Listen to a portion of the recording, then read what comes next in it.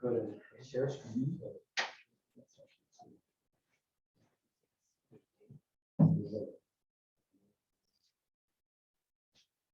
Oh, gotta turn that on, don't I?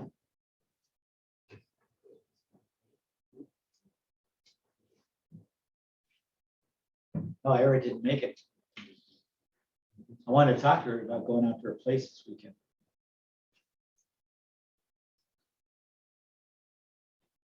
James said that class was gonna go.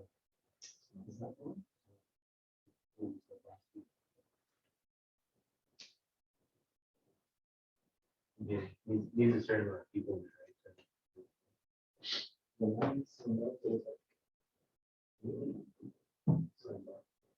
Oh, there you go. Out of 15. Louis, can you douse, maybe try one of the lights down and see what that looks like? That's better, right? Can you guys at home see this green building? Yeah, we can. And remodeling for dummies? Yeah, we can.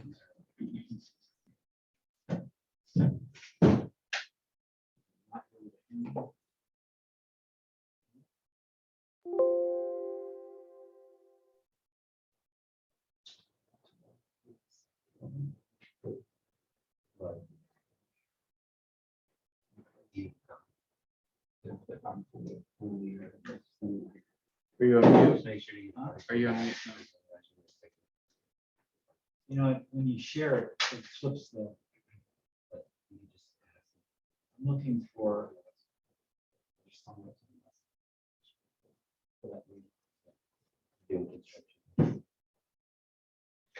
It's right under there where I want to see what it is. I don't think that's unfortunately. Okay, I'll stop sharing. There's a, at the bottom, that orange thing. Well, they have The the Zoom? power. Yeah. Is it warning you about something? No, it just shows me what's up. So can you guys hear me out there? Yeah, we can. Oh, the volume's down. On the, Oh, God. Every time. Right? By the end of the class. Can you guys hear me? Yeah, right. Yeah, we can hear you and we can see it when you shared. Oh, you can see what I shared? When you shared, yeah. Yeah, did you answer me when I asked if you could see it? Yeah, we did. You did, okay. I didn't miss that one. All right, thanks. I'll go back to it. What time I get here? And I gave up on it, my fault. No faith, you know? We won't. I'm your entertainment. Yeah. You gotta get entertained. Where is the? Yeah, Alec beat you. Yeah, I beat you. He was late too. Yeah. He beat you by like 5 I had minutes. an SOS, like, I need a pickup. I think. Back on track. The wetsuit only serves for a second. Oh, man. Hey, John, how do I make that? There's something up above there that could get rid of this, right? yeah, so For the next time. It's up to you. I might have. to Stop sharing again. I know a lot of people are like that, so they're just as fast. Is that right? I'm trying to be super careful still. Okay. It's weird. You go to the post office, nobody's wearing it. I know. 10 minutes, like, it's over. It's, yeah, it's kind of a miss. I know a lot of people that just got it, so And I'm not Yeah, gonna we lie. want to get rid of that somehow. I haven't had it either. I don't want it. Like, Definitely not. Not right now, not at the end of the oh, well, that's true. semester. That's so much freaking work right now. Yeah. I got that. What do you think? That's probably Seems like better. a lot of different. Yeah. Yeah. You look at the first. Okay, can you guys see that at home? Yeah. Okay, thank you. That's that dummy one. Yeah, the first one. Yeah, the first dummy one. So I'm sorry about this reproduction. You really can't read the history of wood framing. I know, I didn't really print that because it was so bad. Yeah, I'll find a clear one and bring it later. These statistics are kind of interesting here. At the bottom. My cameraman couldn't make it today. Wasn't it? Where is it? This one? You have to adjust the computer. Oh, yeah, you're right.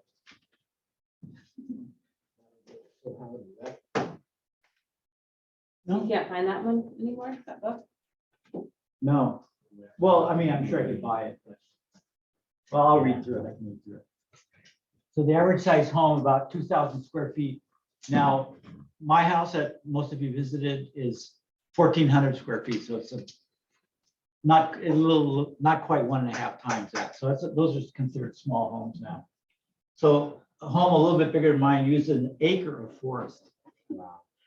That's only 44 trees. I mean, that's assuming they're probably pretty good sized trees, but that's a lot, huh? Yeah, it's pretty amazing. You don't get those comparisons very often. This book has a lot of that data, and it could vary plus or minus over time, but it gives you a rough estimate. These trees are typically clear cut, which leaves nothing for the future.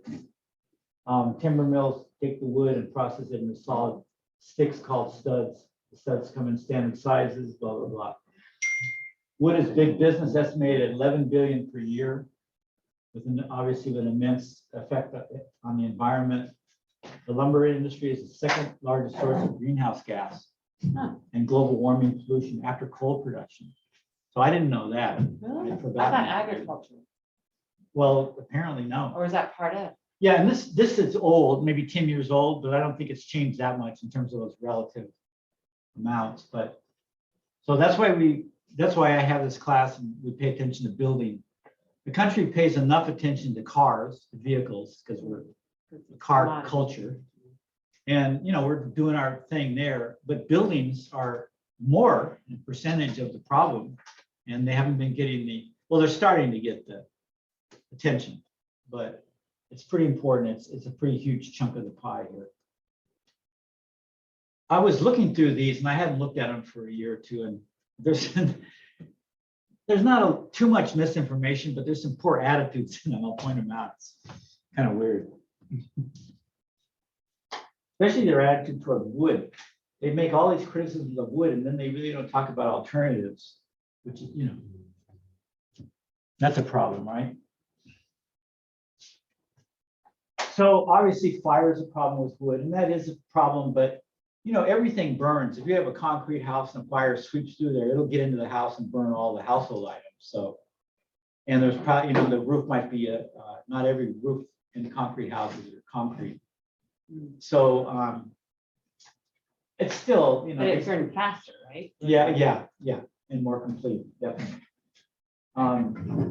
Mold could be anywhere. In India, where they have mostly concrete buildings, it's so humid there, it's tropical, that mold just grows on all the concrete. So you have a nice, beautiful gray concrete when you start, or white, and then in 5 years, it's just smudgy black with mold. And I mean, they could treat them, but it's a poor country, so usually the concrete just stays that way. Insects and other pests, like termites, carpenter ants, and then rotting and decomposition. I mean, granted, those are worst case. The termites, I mean, they do eat the wood and they do wreck homes, but usually we catch them fairly soon and we get the house tenanted, and it's not a debilitating problem. It is an issue, but we've got some means to deal with that pretty well. Wood framing requires lots of labor and materials to work. Now that's so stupid because everything requires a lot of labor. I mean, what kind of building wouldn't require labor, right? I can't understand. I guess if it's the SIPs, The SIP? SIPs, yeah, Yeah, they still require. they a lot of require labor. work. Yeah. I mean, probably when we look at the SIP thing, they'll compare it and say that it's less. It might be. At a different point. Yeah, it's like timber framing's got a different labor thing, but it's still, when you count all the hours, like to erect, it's one thing, but then they work a long time in shops to mill the wood, right? Yeah. And they have to select the wood. So I don't know if there's a lot of difference, but. And then they describe platform framing. We all know that. Yeah, it's funny, covered with sheeting. Well, you know, that's not true. That's a semi-truth. I'm not sure, even in California, where we probably sheathe the most, the plywood on the outside. I know in New England, when New England's not real seismic, not as much as here, at least Maine. And it was the seismic, you know, the racking, so the building couldn't rack this way. If a hurricane can, and if they're just studs, it'll just fold, you know. So they have these rigid places, usually corners, to keep it from racking. But you can just use those corners, you know, and just do that and then not do the rest of the house. At least in New England, you could do that. In California, they do all of it because the labor involved in cutting strips and putting them on the things and making all the faces meet is enough that they just say, nah, don't worry about it, just cover the whole thing. And then whatever you put over it goes on easier because it's uniformly planar. So, but I'm not sure it's actually a code to sheathe the whole house. I know there's what do you call them, the corner bracing, the shear walls. Sure. I know shear walls are required in a lot of places for sure. Plywood, oriented strand board. It's making a case that oriented strand board's more sustainable, and it is, especially now that they've gotten rid of the formaldehyde. They used to stink. I don't know if you guys have smelled formaldehyde. Yeah, you know, sometimes I wasn't sure because you guys are younger, but in my career, when it first came out, it was so strong. You put it in a building with like, you know, 20 panels getting ready, and you walk in there and it almost knocks you out. Not good. But there was enough complaint over formaldehyde in the 70s and 80s that they did a lot. I mean, the industry did respond, so we kept that the thing. I've never heard of particle board. You know, OSB is a lot better. Particle board is kind of a weird thing. Although I got to tell you, when I lived in Maine, when I first went there, I built a house in the woods with my wife, and then we moved and we went up to up in the mountains more, above the capital, and we got a house that was really old. It originally was one of the first people that came up from Massachusetts. There was a whole place of houses that they built like in the early 1700s. This was not quite that old, but maybe no, I don't know, 70, 80 years old. But they had a homosote, which is a paper board, pressed paper, and it comes in, you know, you can get like half-inch sheets. That was not only the sheeting, that was the siding. So the whole house was paper siding. Wow. And it had been about 50 years since they did it. And it looked like hell because it had weathered, but it wasn't broken in very many places, and it was doing its job. And there was insulation behind it, but I was really surprised. Of course, I got rid of it as soon as I could. But anyway. Wheat board, that was really, people were excited about that. And I think part of the problem just, it didn't catch on, and then it became, if something doesn't catch on, then it's hard to get. And if it's not available, builders aren't going to touch it because they don't want to screw up the schedule because of a bunch of wheat board.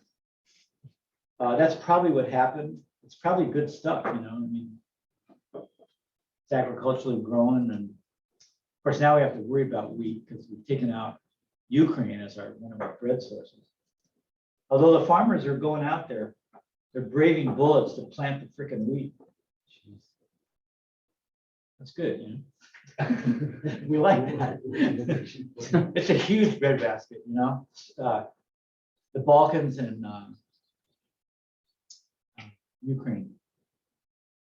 I predicted, and if you've been in my class a while, you probably heard it, so sorry to bore you. You know, people they just think about the number of humans and the area of farmland that we're farming now. And they divide them up and they say, yeah, we have enough farmland to feed all these humans. It's really close. It's always been close. It's not like there's a lot extra. But all you need to do is wipe out one of those things and we're already in the hole immediately. And I said, well, you know, global warming is going to do that. It's going to get hotter in regions and they're not going to be able to farm, or it's going to upset the dates, which really screws up farming. You know, if you can't plant at the right dates, you have to upset the whole tradition of farming. And I said, it's just a matter of time before global warming upsets food and creating famines. When I would talk about that years ago, this Ukraine thing wasn't going on. So I wasn't even thinking about geopolitics. And even geopolitics, when it's between two African nations that are all desert, you're not worried about a breadbasket, right? But now we're in the heart of Europe, which is a huge grain raising area. And it's being incapacitated. So, God, humans are so short-sighted. They just cannot seem to get the long picture. Anyway, space between the blah, blah, blah. Walls need waterproofing and siding. We know that. Oh, these are alternatives here. Green siding options, they say. So stucco. What's stucco made out of? Cement. Cement. And it's probably got other stuff in it, but and cement we'll look at later because we're going to look at products in the next handout. But cement's got its problems too, right? We've been hearing about it. Some of you know about it. So stucco's sort of green, The thing about wood, and I'll make it. My feeling is that places should build with what's available to them, what's local, as local as possible. Some places don't have. If you're in the desert, you don't have much to build. Although you could find some sand that you could maybe add a little clay in it, maybe. Well, in the desert in Africa, they build out of dirt. I mean, you see clay structures, so they must find it somewhere. Random. Yeah, underneath the sand. But if you're in Russia, you got huge forests. I mean, they spread from Europe to Asia, right? You should definitely cut down, do it responsibly and sustainably, but cut down trees and make houses out of wood. What the hell, right? And we used to have more forests. And we did build out of wood. Of course, we decimated our forests, and now we depend on Canada and other places to get wood, but we could, again, manage them. But that's something that grows in the temperate zone that we could use. Places that have stone should use stone. Places that have adobe, any kind of clay mud should use adobe. You don't have to transfer stuff, and it's local, so that's always good.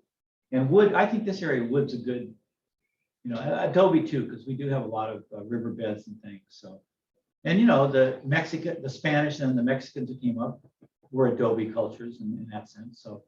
So Santa Barbara's got a good mix of adobe-like. Now it's mostly stucco, but it's the same idea. It's an earth product of adobe with tile roofs, which is more earth product. And then the Europeans brought wood with their bungalows. That works out okay because we've had wood. So, but stucco, it's questionable how natural it is. Reclaimed wood, yeah, we've been talking about that, sure. They talk about finger jointed studs. I've seen finger jointed door jambs forever, and finished wood, 3/4 inch wood. I haven't ever worked with anybody ever worked with finger jointed studs, reclaimed studs. Yeah, I don't think it's broadly used around here. You'd notice them, right? You'd know right off if you were building with them. But I think it's great, if you can have a machine that puts together short, all the blocks on job sites that get thrown away, all those blocks could go to that factory and they could finger join them all together, which is what they do anyway. So, I mean, when they mill wood with standard size, they have a lot of waste, right? You have a tree, there's going to be waste here and there. I think that's where they probably build the finger jointed studs from. But we should take all the scrap on a job site, whisk it away to these factories. Fiber cement planks, I think those are okay. I mean, again, you've got cement, so we'll talk about cement in a minute. There's a lot going on about that, but it's durable, right? You can't ding it, and you can't put holes in it so insects or water can get in through the walls. You've seen this wall back here, and some of you may have even worked on it. Outside of this wall, one of Jim's classes a few years ago, we put those fiber cement. And then there's a building out here he has that I've told him I told him to take down every year for 6 years. He doesn't like it. He likes to put stuff in it. But that has cement, fiber cement siding. The fiber gives it a little more strength. It's pretty brittle, it'll break. Anybody ever walk with those? The first time you carry some, they're long. They make them all like 19-foot lengths, and they flop when you ring it. If they flop too much, they just break. It only takes one time and then you go, oh, now I got. So you carry 3 or 4 together so they don't.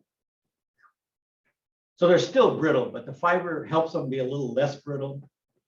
And then it also gives them a wood effect, you know, on the outside. If you paint it white, you really can't tell from a distance. It's not wood. It's green in it. So, The original one said it was asbestos. add what? Asbestos, Yeah, the original. yeah.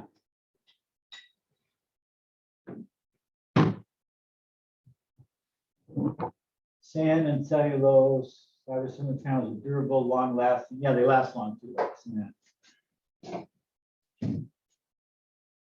Unlike wood, it won't warp, rot, warp, or burn. True, true enough. Interior walls must be finished, but I don't know what. I guess if you had cement walls, what do they do? Anybody live in a cement? Do you live cement, Diego? And because there's a lot of cement buildings, right, in Latin America, but I can't. I don't know. I've been to India a lot. I don't think they do anything. They paint them. They paint the, yeah, they paint the concrete. So that's true. So they wouldn't need interior walls. Wood frames do. They need some kind of coat. I mean, you know, you can give the pros and cons, but we're kind of stuck with what we have available in the area. But these are still ideas to keep in mind in the future. Recycled drywall. That's a reality. Oh my God, what is this? Paperboard. Yeah, homosote. So they used to use homosote in the 20s, like sheetrock, and it was a paper. I don't think I have any here. It was paper light, you know. Soundboard. You ever get that 1/2-inch soundboard? That's homosote. So they used to make some with a little more fine, wasn't as coarse on the outside, and they would use it for. Well, this isn't homosote, but it's the same idea. It's got seams right here. I think this is vinyl wraps.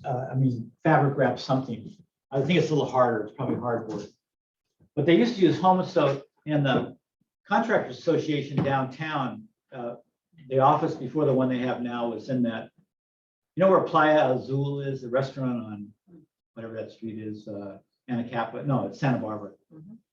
Behind that, you can go behind it, and there's a bunch of buildings. And City College used to be there. That used to be their campus. That was one of their campuses when they first started. And then there's a theater there, some kind of drama stuff. And then one of the buildings, the Contractors Association took over for a number of years, and they had a remodel. And it's a historical landmark, so they can't really change the buildings at all. So they originally had homosote, so they redid the walls the same way. And I don't know if they put, when they used to do it, they used to put, they'd be like 4x8 sheets, and then in the seams, they put a little piece of lattice, and they paint it all out the same color, white or off-white or whatever. And it looked fine. I mean, you can get used to that if that's what you have. And it was really a quick way to cover a wall, right? You didn't need to tape and do all the drywall stuff, which is a process, it takes a while. It is a problem because you can bang it, it's paper. If you carry a piece of furniture and you run into it, it makes a ding. That's harder to do because it's paper. You can't just put putty over the hole. There's ways that they've dealt with that, but that was always a great demonstration building because people would come in there and show them that, say, look at this thing. It's not a bad thing. We might go back to it. And paper's organic, so we grow it as a byproduct. We can make paper from almost anything, any fiber. So we don't have to depend on trees for it. We could just grow a bunch of whatever. So that's a thought. And it's easy to get into the wall, right? It's just a board you can pull it out. I think they ought to make walls. If we're going to continue to put services in the wall, like electrical and plumbing, I think we ought to be able to get at every section of the wall. So maybe have decorative screws in a few places that keep, homosote against the wall, paint it all out or however you want to finish it, and then be able to get at those things if something goes wrong or you have to change.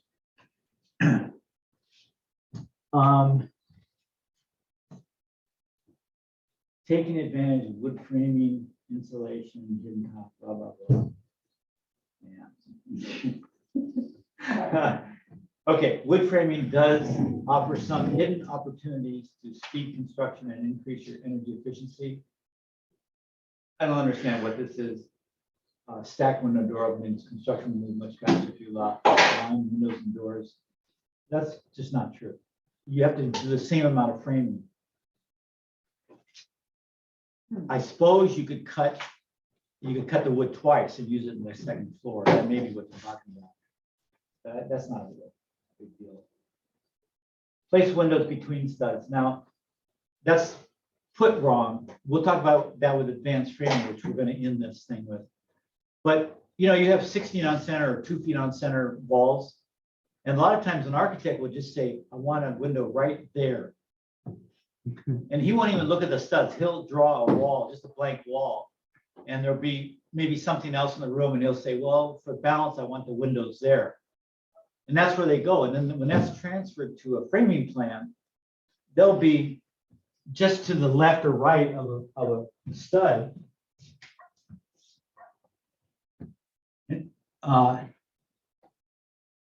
They'll want the window right there. So what do you have to do? You have to put in another stud next to that window. And in the old days, you might have to put, you know, a trimmer in there too. But that's a lot of wood. So they're saying, well, what if you just move that window a few inches this way against that existing stud? And the windows aren't going to end on a stud the other way because they're all different lengths. And the odds of getting it 16 or 24 on center are probably rare, but still, at least you eliminate a stud there. And if you have 20 windows, you eliminate 20 studs that you don't need. So that's what this means. Don't put try to ram it up to a stud if you can, doors and windows. Use finger jointed studs. We talked about that earlier. It's interesting. Stack plumbing, of course, that saves. If you have your bathrooms above each other, the pipes can just go from one to the other. That's always been true. Modular dimensions. This one I don't agree with. It's okay. So they have, well, if you looked at our handout, it had a little section of at the very end after advanced framing, it showed a little shed and it had dimensions, and it said if you use 2 foot dimensions, it comes out even. But the problem is when you do stick framing, you could do this wall at, you know, a 2 foot module, 24 feet, 22 feet, 12 feet. So that's doing what they're saying. But then this wall is going to be 3.5 or 5.5 more. And you could say, well, you could put it in here and retain that. But then this wall is going to be not going to be 2 feet modular. So 2 of the walls, if you do that, 2 of the walls won't be 2 feet modular. So I'm not sure if that's going to work the way we frame, but you know, I mean, we use 16 and 24-inch centers for the walls and the other framing, floors and ceilings and the roofs, but we can see that, you know, that doesn't help a lot. We can try to keep the framing close to one of those, but okay, seal the edges. Yeah, I think gaskets are required. Anybody frame a wall recently with a code under code on a foundation? Or put a sill plate on it? Either you put a sill plate and then run a floor and then build the walls, or you build a wall on a slab. But anytime that whatever meets the concrete, whether it's the, you know, the mud sill or the flooring, has to have a sill seal, they call it, right? So a gasket.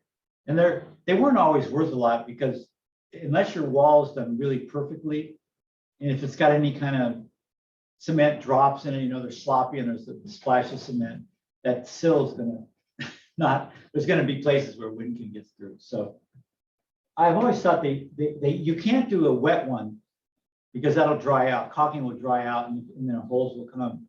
So they're trying to avoid that by putting a rubber flexible one. So it's probably the best thing, but they could make better ones and have it a little better. I know they can. And maybe they do make you can buy a more expensive one that really does a better job. That's what I was gonna ask, what's the gasket? Yeah, we usually have some around here. I'll see if I can find some. It's a kind of a plastic with some foam. It's not rubber, it's kind of a foam. And I've always kind of thought it was a joke all through my building career because I've used it because people. Is that the like white plastic? capacity for the engineered rolls that you put? Yeah, down? sometimes it's blue. It used to be blue. It could be white. Yeah. You get in a roll. Yeah, you get in a roll and then. And that's probably better than not having something, but It's it not all very depends on thick. how well you're. Not very thick. though. No.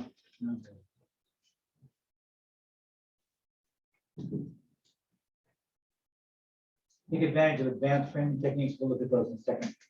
Use engineered wood. We'll talk a little bit about that. That's good. SIP panels, I joists.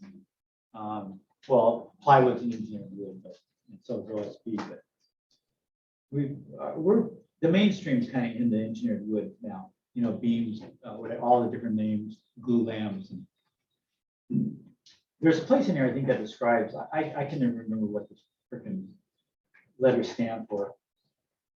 Because I'm stupid. Some of you have better memories. They also have changed them though.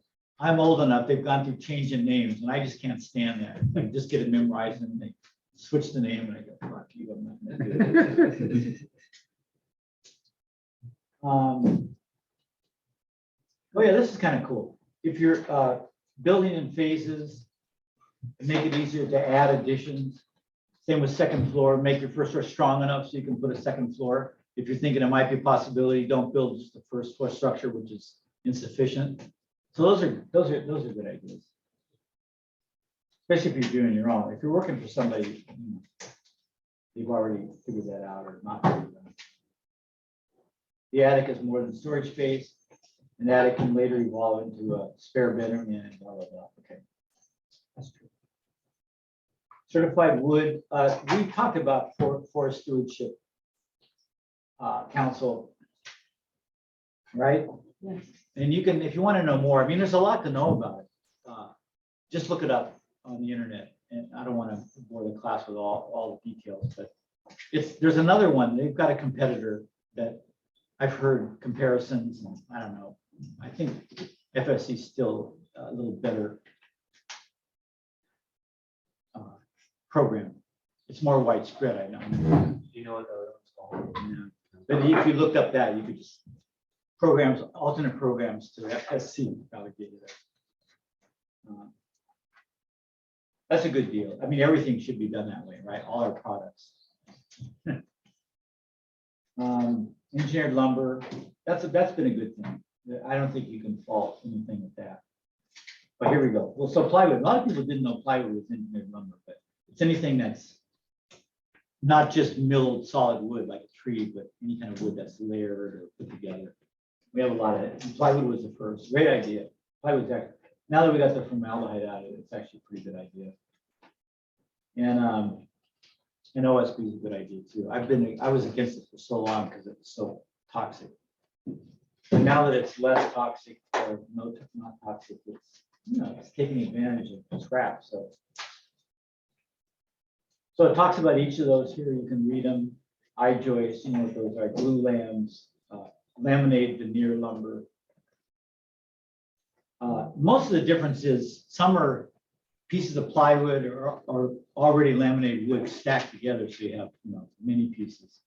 So sandwiching, a couple of them are sandwiching, and the other one's just a lot of like oriented strand boards, just pieces, just scraps. You look at, we could probably got it here. You guys all know about those? I mean, some of you probably work with this stuff. The strand or the I'll laminated? just put out all this stuff. Here, start that in. Those pieces, these flanges are actually plywood. Plywood that's been laminated, so that's one of those. I don't know. Not parallel. Yeah, whatever it is. You can probably find it on there. We have some. So this is called the. That's an I. Yeah, OSB's. An I.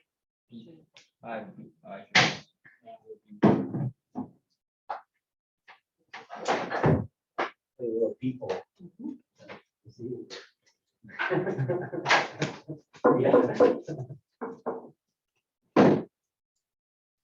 So this is the same thing as that. Oh, that's a mountain. I have some. I brought the scraps. That's just laminated pieces. So, and they make beams out of that. And the other one that's. And that's parallel, right? Yeah, the parallel, the breakaway is this, and it's little tiny pieces. Patrick, what are those called? What are these called?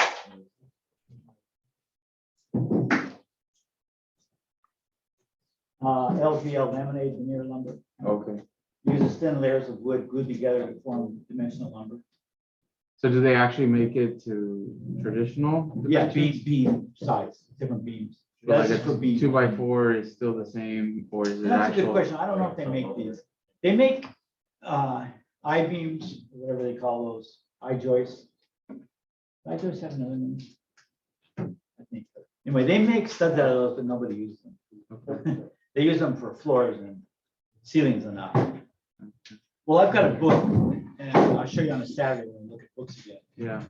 Using I-joist construction, they use it for rafters and everything. You can imagine if it's a rafter, all the things you have to do to make it line up with everything. Yeah. So they publish books that give you ideas on how that works. You know, the SIP, we'll talk about SIP panel. I keep waiting, trying to find that thing, but I found this PBS SIP that's a premier, I don't know, building SIPs or something.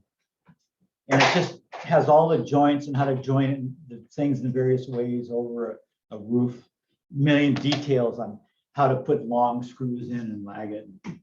So they've got, when you use that stuff, they've got all that stuff to send you and show you. And it's legal. I mean, you've had to go through the engineers to make sure, you know, because you've got these big heavy things and you don't want the roof to fall in. But you know, you've got two SIP panels and they're coming to a roof, so you've got to figure out some way to join them, right? And you usually, well, I mean, I guess you can cut the panels, but you need some kind of transition piece. And then on the walls, there's various kinds of transition pieces, how you can fit several pieces together. Usually they have a little carve out in the wall, and then you have a transition piece that you can nail to both in the both. But this is I had a dean that was he was a really cool guy. Nobody liked him but me, but because he was very creative. He was too creative for a deanship, so it's just. But he bought a house over here across the street, and he used to come and he'd help me with stuff. He really good. He and his wife would take my classes just to see what it was like. I mean, it's none of the other deans have ever even set foot in the Wake Center. That's how it is. So I like this guy. You know, he's real supportive. He was always trying to get me stuff, help me write grants. And he said, he saw one, he says, that's really bitchin'. I want to do a floor like that. So, you know, I helped him cut. We went to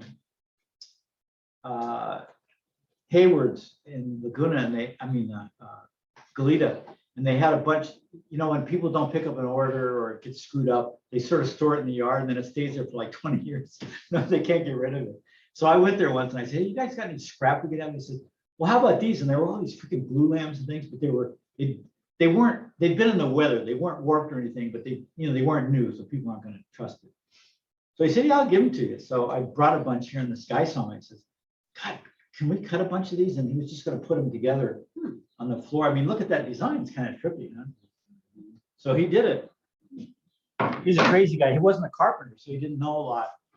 And the work's not, really finished, but he had great ideas.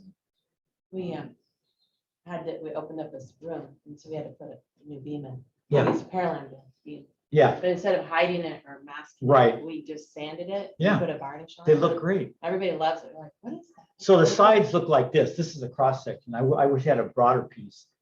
But they're It's just really these, cool. there's just these pieces going across, and it's not a bad design. And you can stain them. And at first they covered them, and then someone said, hey, don't, they look great. Stain them, so people are doing that now. But they're pretty cool because they're actually a little stronger than the equivalent solid wood beam. And they're just made from scrap. Now they put a lot of glue in them. And if the glue is decent, it's okay. But if it's got formaldehyde, it's not. I don't think these are real. You can smell formaldehyde, never really. And then they need pressure. So they need a lot of energy, heat and energy. So that's the ungreen part of them. But as far as the wood, they use, look at, they use scrap. So I think in general, they're pretty good. We can master heat, right, and pressure because we can get electricity and heat from the sun. So it won't burn greenhouse gases. We just have to convert the industry. So anything I think that's feasible like that, I think, okay, that's okay. It may not be right now, but we can work our way into a sustainable production idea. because they're so good in so many other ways. I mean, it's nice to use all that scrap. Hey, Patrick, Yes, how long ago was that guy your dean? that's a good question. Alan's been my dean for, I don't know, 7 years, and he was right before Alan. So why? I think I've heard about him. Oh, Doug Hirsch? Yeah. He was a nut. I mean, I liked him. He was out there, He was out there. right? Yeah. But I liked him because he was really creative. And he traveled a lot, and he went to the Philippines, and he got married to a woman there and brought her back. She was really cool. And they had a little kid, what do you call a Asian European kid? What's the word we used to use for that?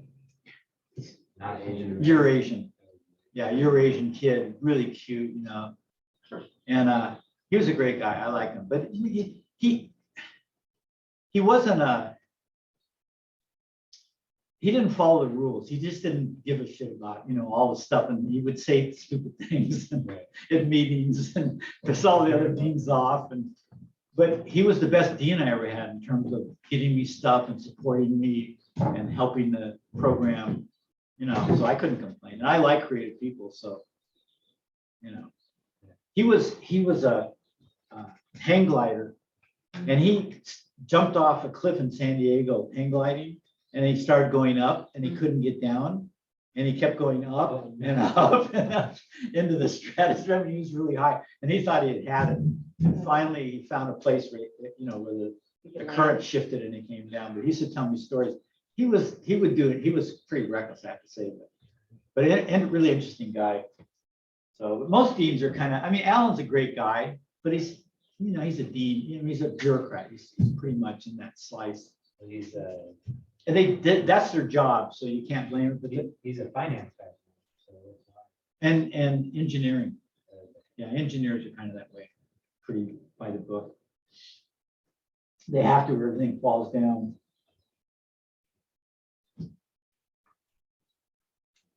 Oh God, I've had some lose. yeah. What was that dean's background? What was what? That dean that you like, what was his background?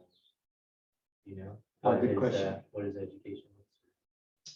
He had a PhD or an EDD in something from, a private, almost a virtual institution, I mean, it was reputable, but it wasn't greatest, but I think that was mainly it. So, but he was from New York, and I love New Yorkers. They're a crazy bunch. It's interesting to hear that you liked it because I heard opposite things from. Oh yeah. Well, Like he he wasn't was- very He professional. was too far out. Yeah. Oh yeah. Oh yeah. Well, it's funny. He was. I never knew what his gender reality was because you couldn't tell. I mean, he looked flamboyant sometimes, but he was married. Kind of fluid. Yeah, kind of fluid. And, but I don't know, he never, we had another dean that would say that was gay, it was lesbian. And she would say, oh, come on, and he'd say, no, I'm straight. This big thing going, used to crack me up. But he was, the thing he probably tried to be, he probably tried not to fit in any mold because he was just that kind of guy. He wanted not to be seen as something.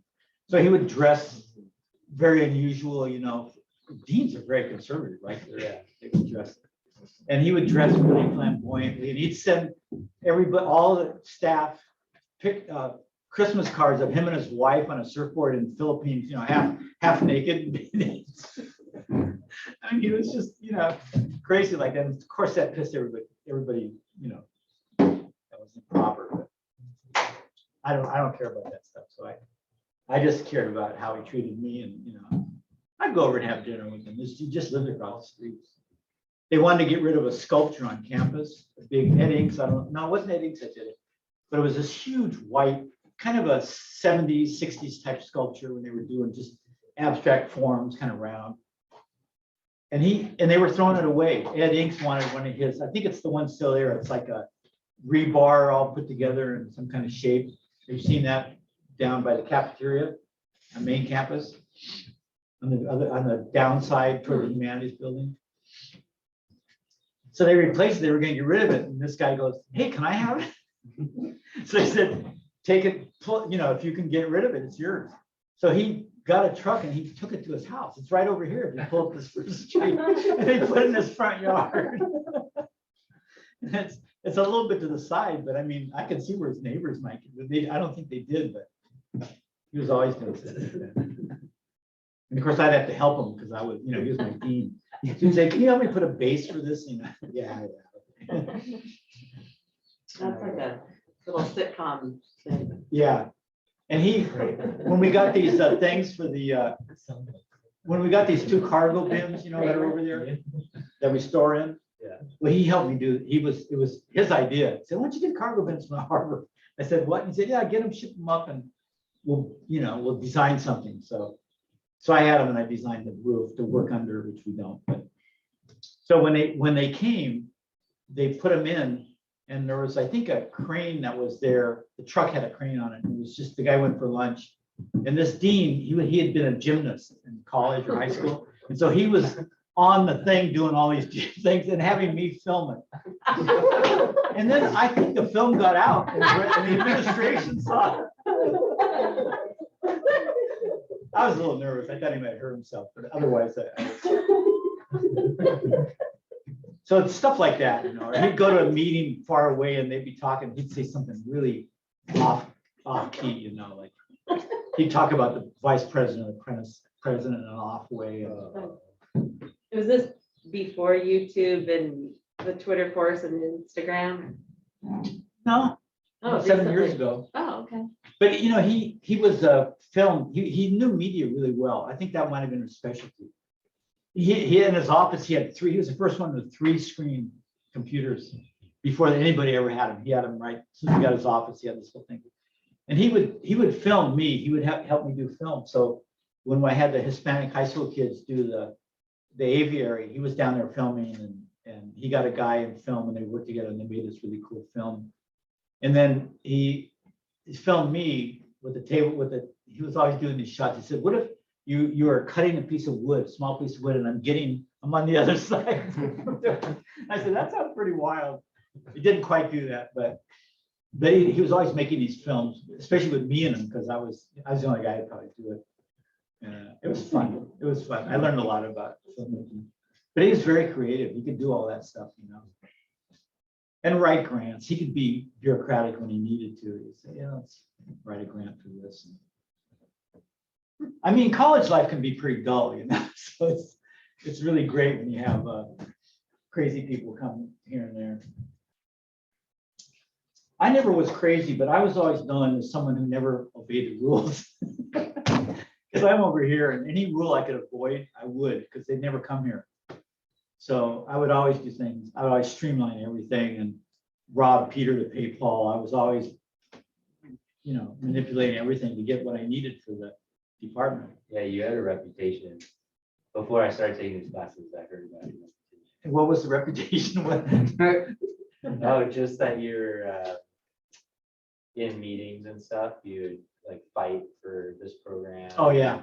To get what you. Well, I was so old that I was getting close. I mean, I'm always close to retirement. So I didn't care. If they wanted to fire me, You're very outspoken. So yeah, so if someone pissed me off, I would, You tell them, yeah.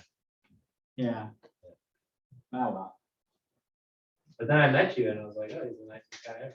So Well, and you're if just you like saw that, all the and, things I got upset about, and you'd realize they were reasonable reasons to be upset. So most people won't do it because they're worried about the job. Right. It's great when you have job security. I mean, I guess you could call it that. I mean, it wasn't security. They could have fired me, but I didn't care. But it's great. It's really liberating because you take so much shit in your jobs. It's one of the problems with the modern day economies. We have to work for somebody and often they're idiots, and that's hard. I mean, working's great, right? Everybody loves to work. It's fun to do things and make things, but it's the people that you work with or under that usually make it not so fun. Yeah. That's too bad. They should have cooperatives where everybody owns the company and then nobody can really lord it over. That kind of scheme is the best. They have those. Spain, Mondragon, 50 years ago started. They have 1,000 companies in Catalonia, the Basque part of Spain above Barcelona, and they're all worker-owned cooperatives. Thousands of them, of businesses. So it's been done everywhere. It's just that a lot of countries just refuse to see it. You know, it's not the typical capitalist way, right? Because capitalism really depends on managers that lay down the law, you know. I got, oh, sorry, go ahead. I was just gonna say, as a contractor though, that's one of the appeals is that That you have your own you're business. independent, but now how does that work in California? Is the gig economy is not as supported or to be independent. To be independent, how did, Well, I don't know, they changed the ruling for, you know, if you have like 1 or 2 employees, then you have to, then, you know, provide everything for them. It's hard to employ contract employees. yeah, you know, what messes it up is that business had unspoken values for so long that just traditionally, like you didn't charge too much interest, or what do you call it when you make money, profit? You didn't make exorbitant profits. There was just kind of this average feeling that a profit should be a certain amount above what you spend.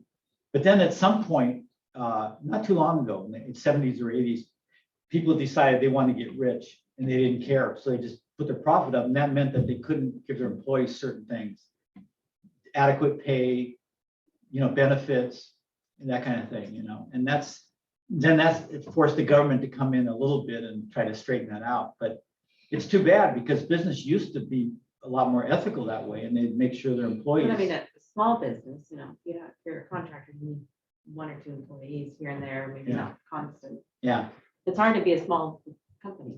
it is hard. It's very hard. And that's why people get big, and then often they get too big. You know, it's like the Peter principle. They get over their head because they're not used to doing all this, running this huge company. I had a couple of companies, and they were always me and a couple of employees, and we all went it together and we did the work. So we had minimal bureaucratic stuff, and you know, and it was fun. We knew each other and we could depend on each other. I mean, we never did a lot of work. We'd do a house, and this was in Maine. Some of this was in Maine. So in Maine, you do everything. So we would be on the house for 6 months, you know, from the foundation to the cabinets. But I like it because you can do a lot, and you're mostly working and doing carpentry, which I love. And I don't love business that much. Yeah. And so I didn't want to, you know, be a businessman. So I never made any money because I never got big. But in Maine, you can survive. New England, you can survive okay, you know. But you know, it works as a whole. If all the houses go up and you're trying to charge people a decent amount, then you don't make enough to even buy a house, you know. So the whole economy works against you. So that's really too bad. Because people would have a lot better living if they didn't have to make a lot of money just to survive, you know. And then it becomes you versus your employers, you know. Well, for me to survive, I have to cut back your survival, you know, chances. Sorry, that's not good. So this is a good drawing of advanced framing. So when I was designing these classes, I had a framing class and I wanted to have an advanced framing class. And then I read about this. I said, well, I guess I can't have an advanced framing class.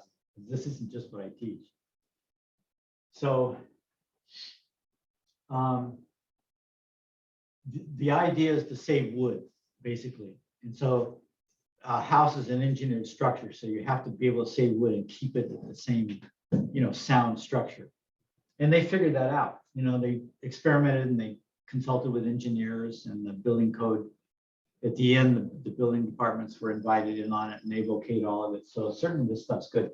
So houses, if they're a gable roof like this or a shed roof, all your weight of that roof's coming on this side of the house. There's not very much weight on this side. All the weight of that roof goes down the roof and comes and lays on these. Not very, you know, it's only this end one that has some weight on there. So this side you can minimize in terms of headers. So here you have big headers like this because you have a lot of weight that you're bearing. But on this side, you don't need, they said, well, this side's not bearing anyway. Why do we put anything in it? So this says no headers.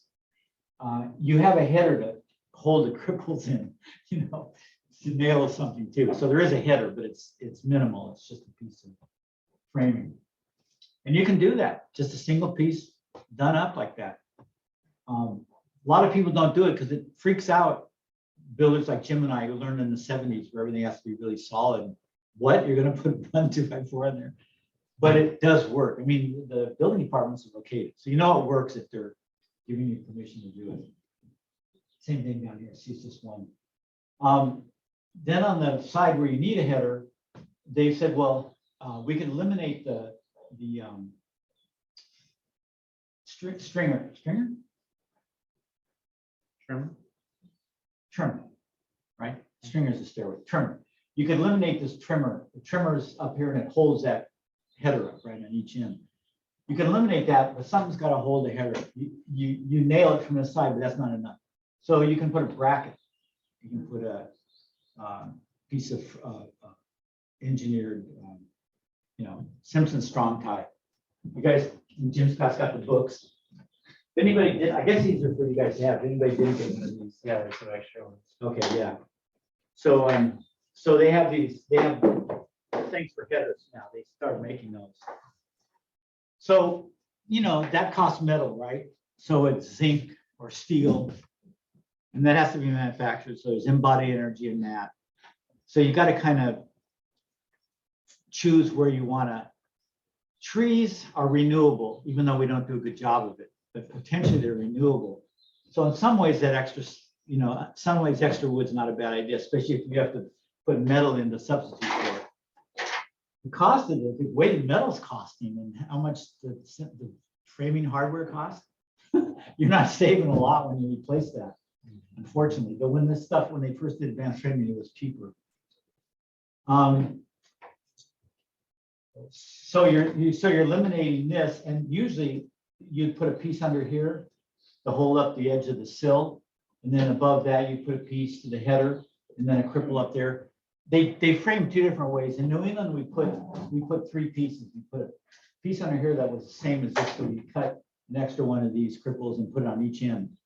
In California, sometimes they put this trimmer from the ground all the way up to the beam, and then they put the sill inside that, and you don't need you can just nail it to it or whatever. So there's a couple ways of framing that edge. But you don't need something to support that sill. You can nail it. It's being supported within 16 inches at the most, or 24, I guess. And it can cantilever. It's got cantilever strength, and then just end nails are enough. It's just a window. Windows aren't that heavy. So you can eliminate that one and that one, pretty much a whole, line of studs for every window and door. Insulated headers. So we used to use solid headers, like 3x10s for a 2x4 wall or 6x10s for it. And now they say put actually one. We would sandwich them and do, if it's a 2x6, you have more room. So you can put a 2x4 on the outside and put insulation board on the inside. Get a little more insulation, because even an inch board is going to help a whole wood, be more than a whole wood header. And but now they're saying in a lot of places, and I'm not totally clear about it because I haven't been in the field a lot, but that you can just put one 2x header and the rest can all be insulation. That may be on this side where it's less weight. I'm not sure how that's fanned out, but you can do that. And the only problem with that, so say you have a 5.5 inch wall, 1.5 inches solid wood, that leaves what, 4 inches left? You can get a 4-inch chuck insulation. That's really nice, right? If you put polyisocyanate at what was it, 8 an inch, 8 times 4 is 32. You've already doubled your wall right there, so you probably don't even need that. You could use cheaper insulation. So but the only problem is then on the inside or wherever you don't have that 2x, you've just got foam, and you have to nail a drywall or whatever's on the inside into something. So if that header, usually you have, well, if you do this with no bottom, just a 2x on the outside and then foam, then you have nothing on the bottom to nail to. So you could only nail drywall at the top plate, and then down here and then at the sides. And that may be, if it's a big window, that may be too much space. So they do different things. Sometimes they'll run a flat 2x4 under that, just so there's more nailing, and then they'll do an outside piece and then foam the rest of the way. there's variations, but they realize that they don't need all that bulk of wood to hold up, the floor above, especially on this side. Header hangers. So jack studs, some places they call the trimmers jacks. Depends on what part of the country you're from. I learned them as trimmers, but you'll see jack here, jack stud. Okay, two corner. This is where two corner and where they don't have it on here, but they have it. This is the important part coming up. Oh yeah, the single plate. Can you see that? Oh yeah, the single plate up here. The reason we have a double plate is because if I've explained some of this before, just sometimes this is the top of a wall, studs, plate. If you have the wall above coming this way, a stud here, then this transfers the weight because it's double. It's pretty thick, it's 3 inches. But if you do advanced framing and you only have one, it's not going to be. It's going to be too heavy for that center. Especially it's 24 on center. Can you submit the camera? I'm sorry. What? Oh yeah. Okay. Thank you. Yeah. Sorry, you guys. I forgot. So when they say stack, they mean have the next wall, the studs right above that. So it's just going down to wood and stud below.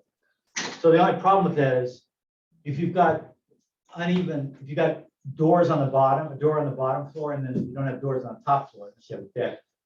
So you'd have windows, and they may not be in the same place. So that's going to really alter your framing. So you have to kind of have a more modularized, less interesting stack.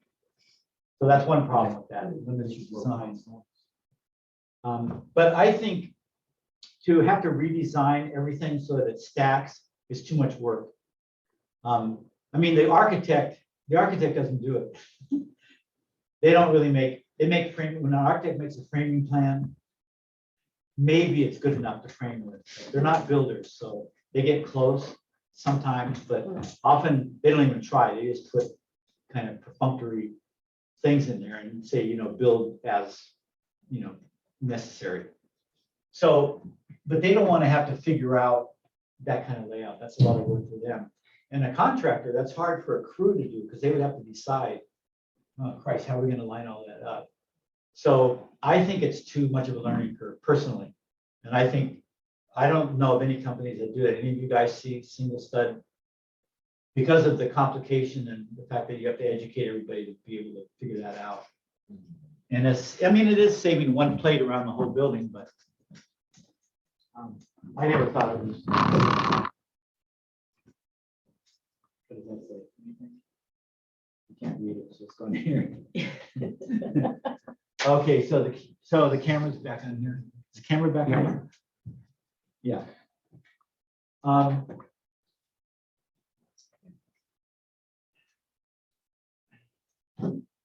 So Rick, maybe I can draw closer to Rick.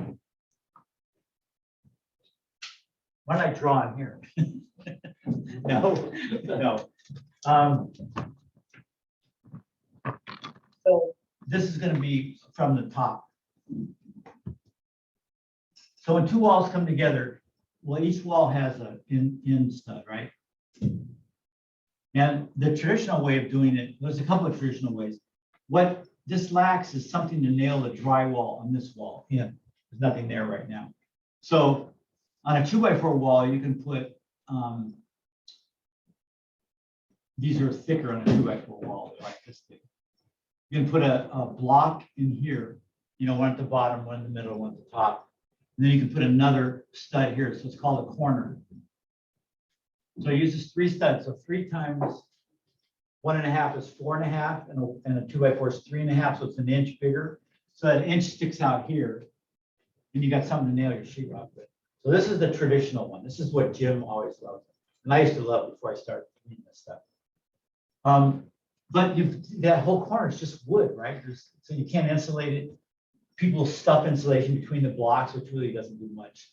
And you're losing this whole So all the hot air in your house goes like that. It senses that low temperature and goes right to the wood, you know? So that doesn't work. So then they said, okay, what do we do next? So next, they said, well, we can put more insulation if we put a block here. So it's 1.5 inches up, so it's 1.5 inches sticking out. So that has nailing. And then you can put insulation back here. Right? So theoretically, that seemed like a good idea. And then they didn't know about convection paths yet. Then they started looking at buildings that weren't performing well. They were done this way and they had a lot of insulation. They said, shit, it's still eating up more energy than it should. They found out that they draw insulation like this, but it actually doesn't look like that. But when you have insulation here and you pull it behind that block, you're creating that triangle there, right? Because it's got a face. Even if it didn't have a face, it's not rigid terribly, fiberglass, but you know, it doesn't bend, right?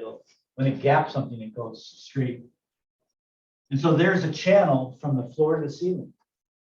And the hot air comes in here, goes in here and goes in here and goes, oh, great, and goes all the way up to the top. So a lot of this and stuff in here will do this. So a lot of this bay here is kind of, you know, not insulated. So that didn't really work.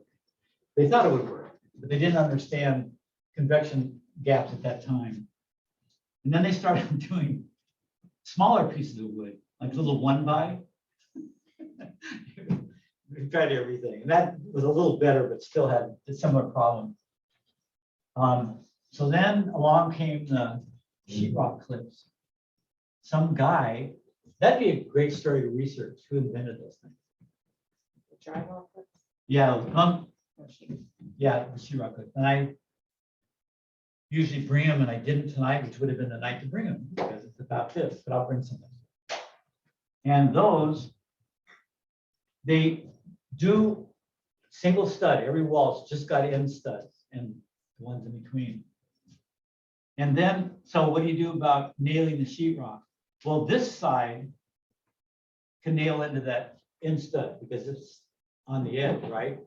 It's just this side here that doesn't have anything. So they put a clip. Let's see. Yeah, they put a clip right here. Where'd that red thing go? Or Oh, yeah. I don't know what I do with that. So it nails into the stud, and then it has a little bent part that goes that way. And so what they do is they put this piece of sheetrock in first, and they just push it against that clip. And then, of course, they nail it here. You've got studs down from it. So they can nail it here, just lays against that clip. Then when they put this piece in, they push it all the way, and then sheetrock's 5/8, and this is 1.5 inches, so it's still nailing them. So this one they can nail into here, and that pins the one against that clip. It won't pull out because it's hitting the clip on the inside, and the outside it's got this piece here wedging it in. So it's an ingenious solution, which just takes a few clips, you know, and then you don't have any wood in there. So we love this because this is all uncrimped insulation. So I think that's the way to go. I've had people at the lumber yard. I bought a box once and I lost it. I couldn't find it. And I went back to lumber yard and I said, can I get some sheetrock clips? He said, no, we're not even carrying them. This is Hayward's. And he said, besides, they're unsustainable because the metal costs a lot of money to make. I don't know. And so I went back and I thought about it and I researched it. And I don't know. That's a hard thing to determine how much resource and energy goes into a manufactured item, right? Especially a small clip. I didn't have the resources. You could find out if you researched it enough. And then compare it with the energy loss and the wood loss. You know, add those together, the wood loss and the energy loss, and see if it equals the clips. I'm pretty sure it would be more than the clips. But I didn't have a way to do it. But it made me think when he said that. He's got the lumber yard. I went, whoops. So it's ideas like that that may not be scientific. Maybe he's right. But once someone hears that, they go, yeah, I knew there's something wrong with that method. I'm just gonna put studs in there. So I don't know anybody who does that. Has anybody framed anything with a company that does that? Yeah. So in your book, It's on 87. 87, the comparison? No, what? It's just that, Oh, yeah, that's right. What chapter is that? Or what page is it? 87, Yeah, it said that. Oh, yeah. 85 was that, two-story training, Oh, yeah. chapter 5.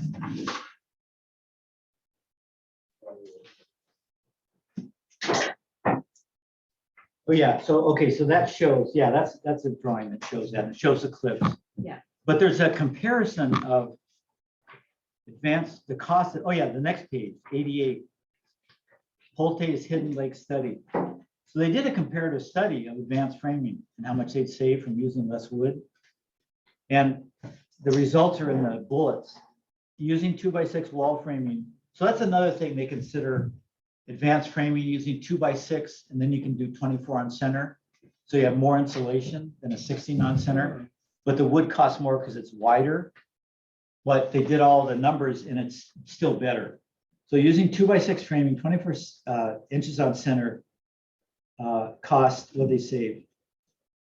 1,000, 1,100 for a conventional framed house with 2x4 studs on 16-inch on center.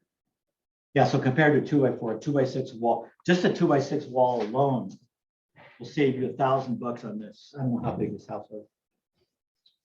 Tracy, anybody know where Tracy, California is in the valley, right? The the San Joaquin Valley. Anybody live near Tracy? I think it's up, Fresno area. Anyway, and then it saved a total of 700. I wish they'd give the size of this house, do they? No, unfortunately, but it's probably just in 2,000 square foot.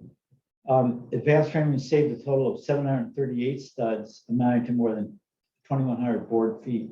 So that's a lot of lumber, right? 738 studs. Energy costs in the advanced framed house were a total of $710, heating and cooling, compared with $1,000 for the conventional. So you save $300 a year on energy. And then the whole wall, R values jumped from, because they used the wider, that particular aspect of advanced framing, the wider plate and stud.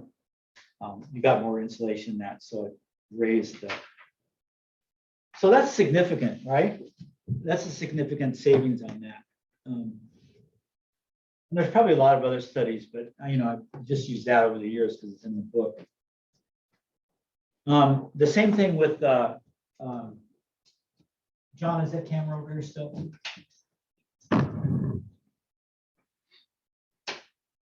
The same thing for channels. I teach this class once a year and I forget. Oh, especially being old. So here's an interior wall, and here's an exterior wall, right? So it's where the two meet, which every house has several. And what they did was, the old way was to put a stud here, and a stud here. So it's a channel, let's see. And they would frame those together and they just lay them where the studs were, and then they put it in and they frame the wall. So you can put insulation in here. That was one good thing, but then you still lose the insulation there. You got nailing for drywall, which is why they did it. So that channel has just been, Jim still uses that. It's just a traditional way. So then they started thinking, well, okay, so how can we make that using the same thought pattern? So what did they do? They did,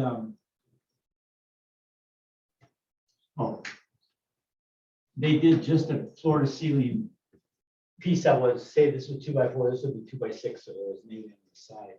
And that was obviously a lot better because you didn't have the thermal bridge with the extra studs, but then the same thing would happen with the insulation. You'd have those convection pads there. And then they would try it with 1x material, and we still have a little bit of that. Does the book has some of this? They may have even another alternative. I don't know. They try a bunch of things, right? But when you get the idea of the clip, then you don't do anything. You have this, wherever the studs are, who knows where they are. And then this just goes to there, and they put a clip nailed to here. Like that, and then they put this one in first, and then they put this one in. So it's the same idea, and they have all this space in here for insulation.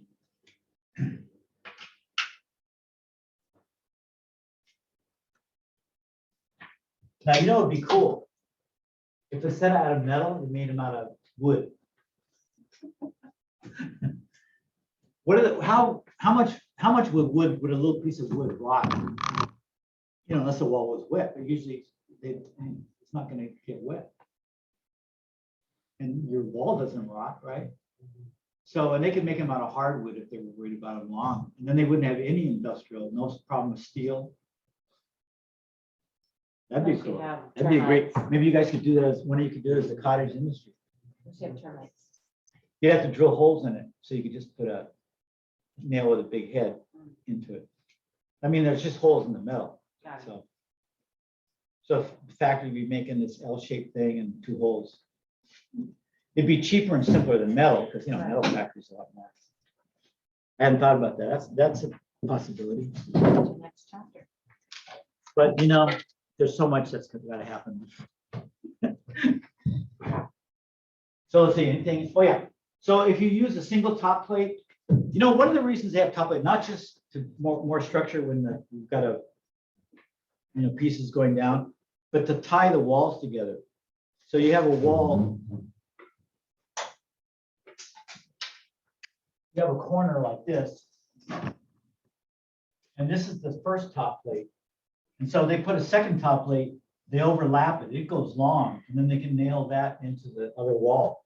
And then they start the second top plate there. So and the same thing with this. They can have this second top plate go all the way across. And let's see, what am I thinking? Yeah, this is the plate. And it's just nailed on there. And it locks all the walls together. So that's really a nice feature too. So if you don't have that because of the advanced framing, you've got to put a metal plate across it, like the lower part of this picture. So that involves a manufactured plate. So, but since I don't like that, removing the second top plate, I don't worry about that. But so that's the way they have to do it, because they have to keep those. It's not enough. You know, when you have 2 studs sharing, 2 plates sharing a stud, you've got 3/4. If you're lucky, if the guy cuts it, if your crew cuts it wrong and it only is on there 1/4 and the other one's on there 1 1/4 inch, which could happen, then you've got really scant nailing for that one. Even if they're split 3/4 by 3/4, you've got a nail gun. With a hammer, you can direct much better. Sometimes with a nail gun, even though it's easier, you're not always aware of which direction it's facing exactly. And you can shoot it in so that it's too close to the outside and it'll pull out easily. So the first earthquake that comes, is just that stud is going to be gone. So these plates, they need a plate. It's, you know, to make up for any mistakes in framing. There it's got some of the other, there's the thing of the clips. In that middle one, there's a corner frame and with clips. Okay, and so here's the thing, if you have a interior partition here next to your wall, you need the same thing. If you don't use that second top plate, you need a strap across there. There's a clip again. I guess they call them drywall clips. I've got a box in the shed. I'll go get it when we do. Same thing here with the channel. See, there's nothing, no framing behind it, just a clip. Here's one where they had a bigger one, a 1x6 behind it. Here's one, they tried doing ladder framing across in a few places. You know, here, instead of a vertical piece right behind it for nailing, they would put this for nailing. But you get the same problem with the insulation with that. So here's the thing where they're trying to do the module. And you can do it in some places, but again, it's hard to line things up perfectly to a 2 foot. You know, in construction, it always ends up being 1/4 inch. Right. You're dealing with fractions almost inevitably. So you could do this if you got really good and you built similar kinds of houses. So you were always doing the same process. So, I mean, I think anything's worthwhile, it saves wood, but companies time is money for companies, so they can't take too long to re-educate crews. Anything else here? Oh, then we go into timber framing. The thing that's interesting about timber framing, which would you guess used more wood? Use up more trees, timber framing or stick framing? Stick framing. Man, Well, the timber framing, you're using larger pieces. you're using large pieces, but all cubic feet wide, there's more with the stick framing. Oh, right. Yeah, but you are using bigger trees in some So you ways. may be using a lot more trees. Yeah, yeah.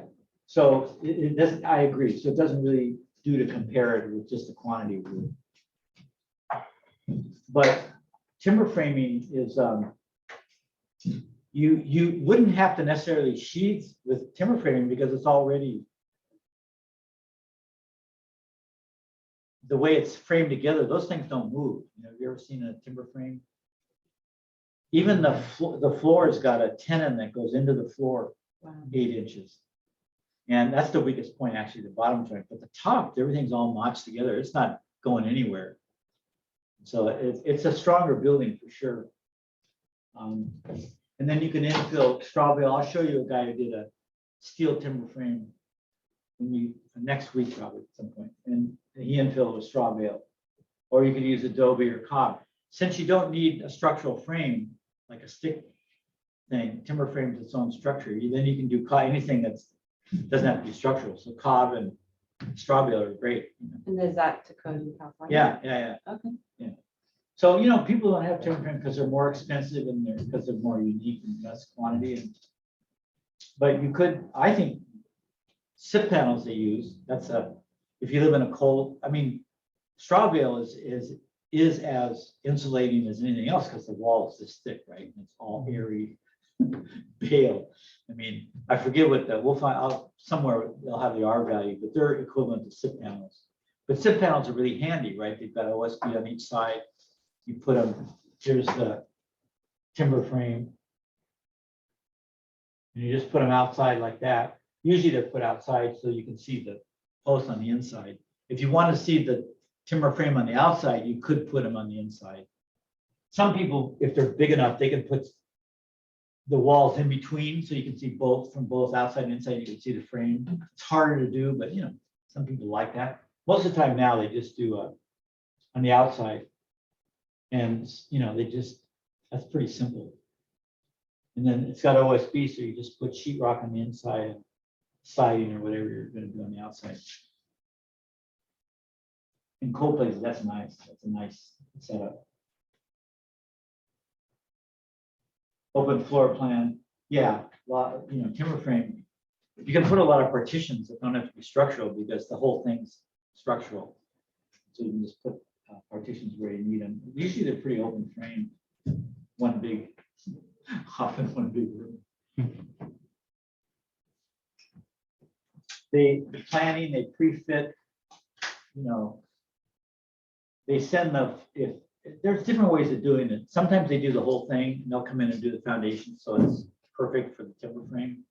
So these things have, you know, tenons that go down in, you know, smaller than the width of the cross section. And so the floor these have to be exactly in the right place wherever they're used.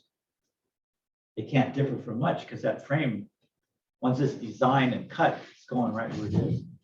So in Maine, I worked with a company and I would do the floors, the foundation, and I would do that floor and make sure those things were right on. Then they would come in with a truck full of timber from New Hampshire and set it up. And then once they have the frame, then I'd be with a company that would have to do the SIP panel or whatever we use for a, you know, covering. And then we have to do the roof.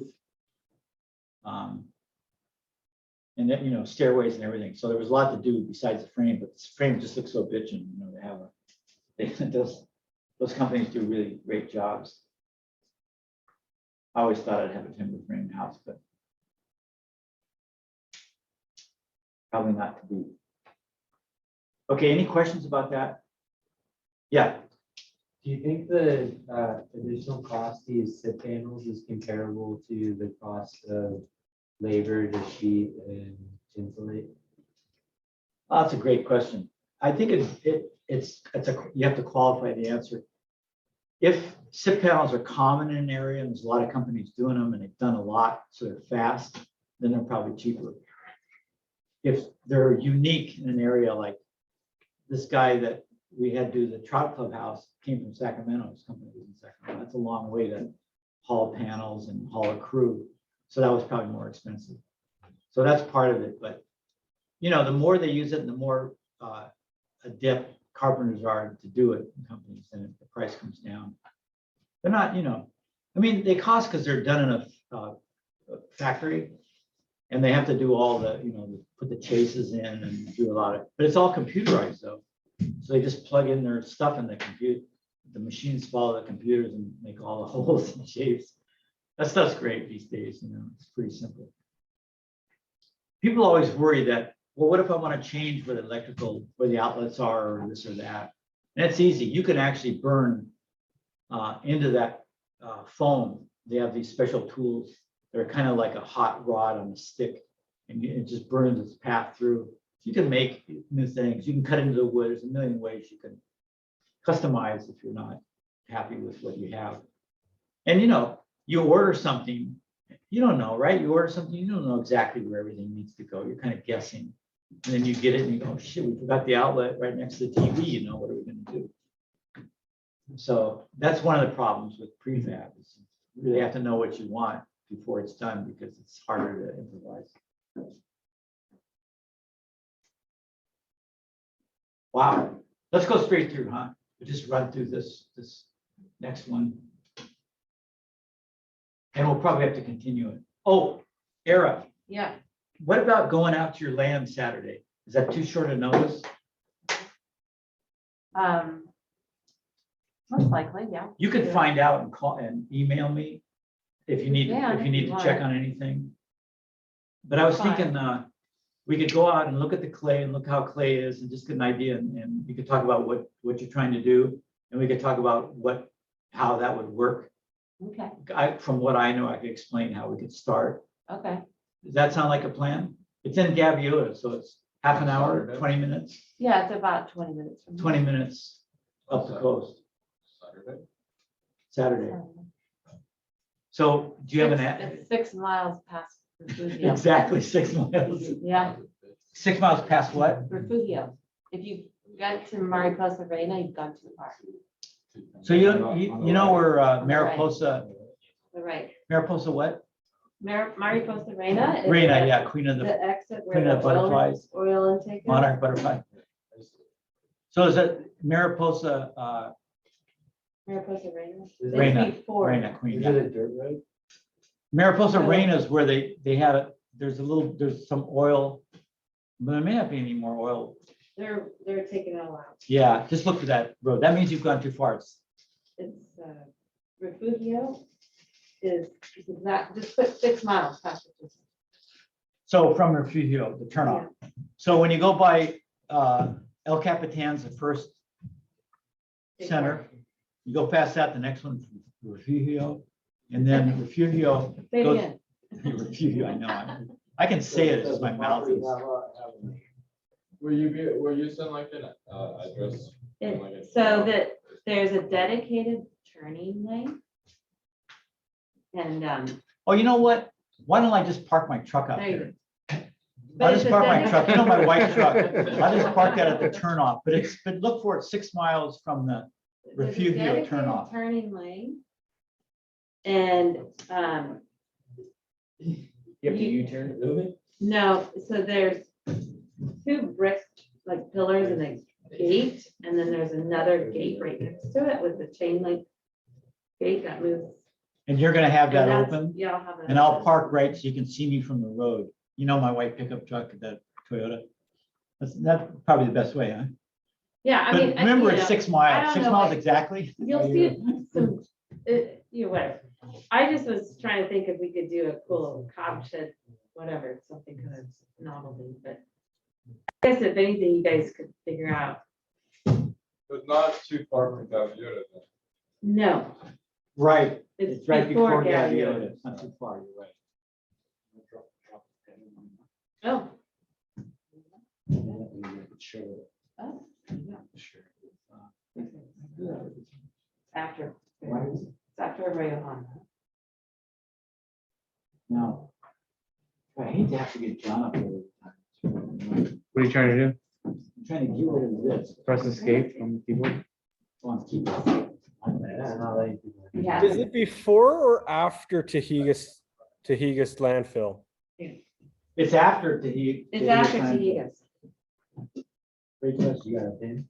Yeah, Can so you share it? Got a pin, The address is 16,000 16,000 Tyrell. 16,000. And you said- 16,000. and you said it's a dirt road? It's, That's so great. so it's an old asphalt road. Okay. There's one section where the clay is that I don't want anyone driving, Oh, this one. although it's probably dry now. Last week. So did you guys get that on the homepage?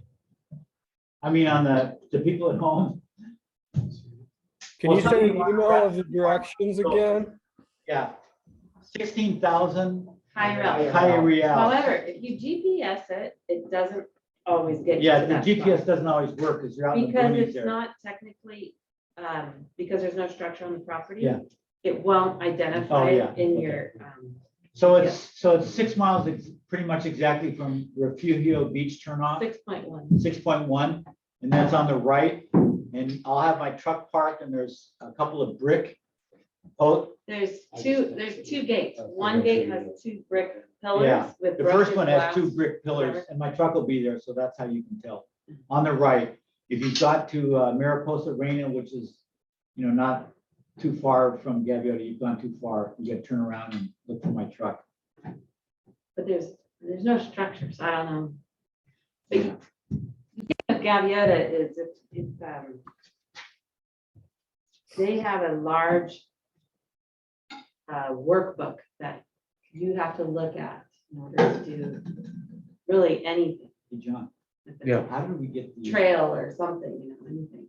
But there's a. So go to huge view Community on the top manual left. that you have Yeah. to abide by, and look for and then full to screen. Full screen? Yeah. everything. In fact, we have a endemic plant on our property. Ooh, Oh, no. yeah, What is it? Can you guess? You're a plant guy. Well, there's different ones. No, there's only one endemic one of the Gaviota coast that I know of. It's called the Gaviota tar plant. tar plant? Did the Indians use it for something? It was tarry. Is it tarry or that's just? No, Who knows what I it don't know why it has that name. It's kind of a. Sorry. I'm going to stroke. But it's a plant that, yeah, it's a tiny plant, it's like this tall. And it's an annual, Oh, so it dies every wow, year, cool. but it reseeds, Yeah, yeah, obviously. yeah. And it typically wants to grow in disturbed dirt. So it actually, when the cows are in there, they actually propagate it by, moving it around or Hmm. Right. whatever. Pooping its seeds out. Huh? Pooping its seeds out. Maybe, I don't know if they eat it, but, it just, they like disturbed earth. Because then they don't get choked out by the other non-native species. Okay, cool. That'll be fun. So Kind of 115 interesting, 115 at your place, not your house, your place. no, Okay, so let's look at this real quick. We may not have enough time to do this justice, so we'll continue this. Because this is a pretty important concept with green material. And the first thing is life cycle.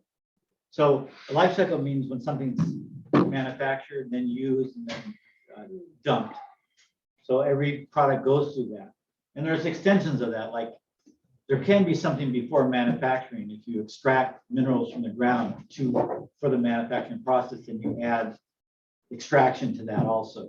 And that has a whole can of worms too. So the simplest is manufacturing, use, and discarding, but there can be subcategories into that. So this is a 2,000 square feet house. When this book was written, I guess that was the average size house.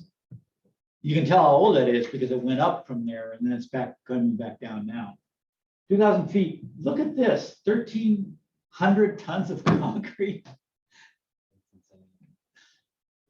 That's pretty freaking amazing, huh? 13,000 board feet of framing lumber, 6,000 square feet of plywood sheathing, 2,300 square feet of siding material, 3,100 square feet of roofing material. And now there's all kinds of other things because we have better underlayments and more extensive roof system. 3,000 feet of insulation,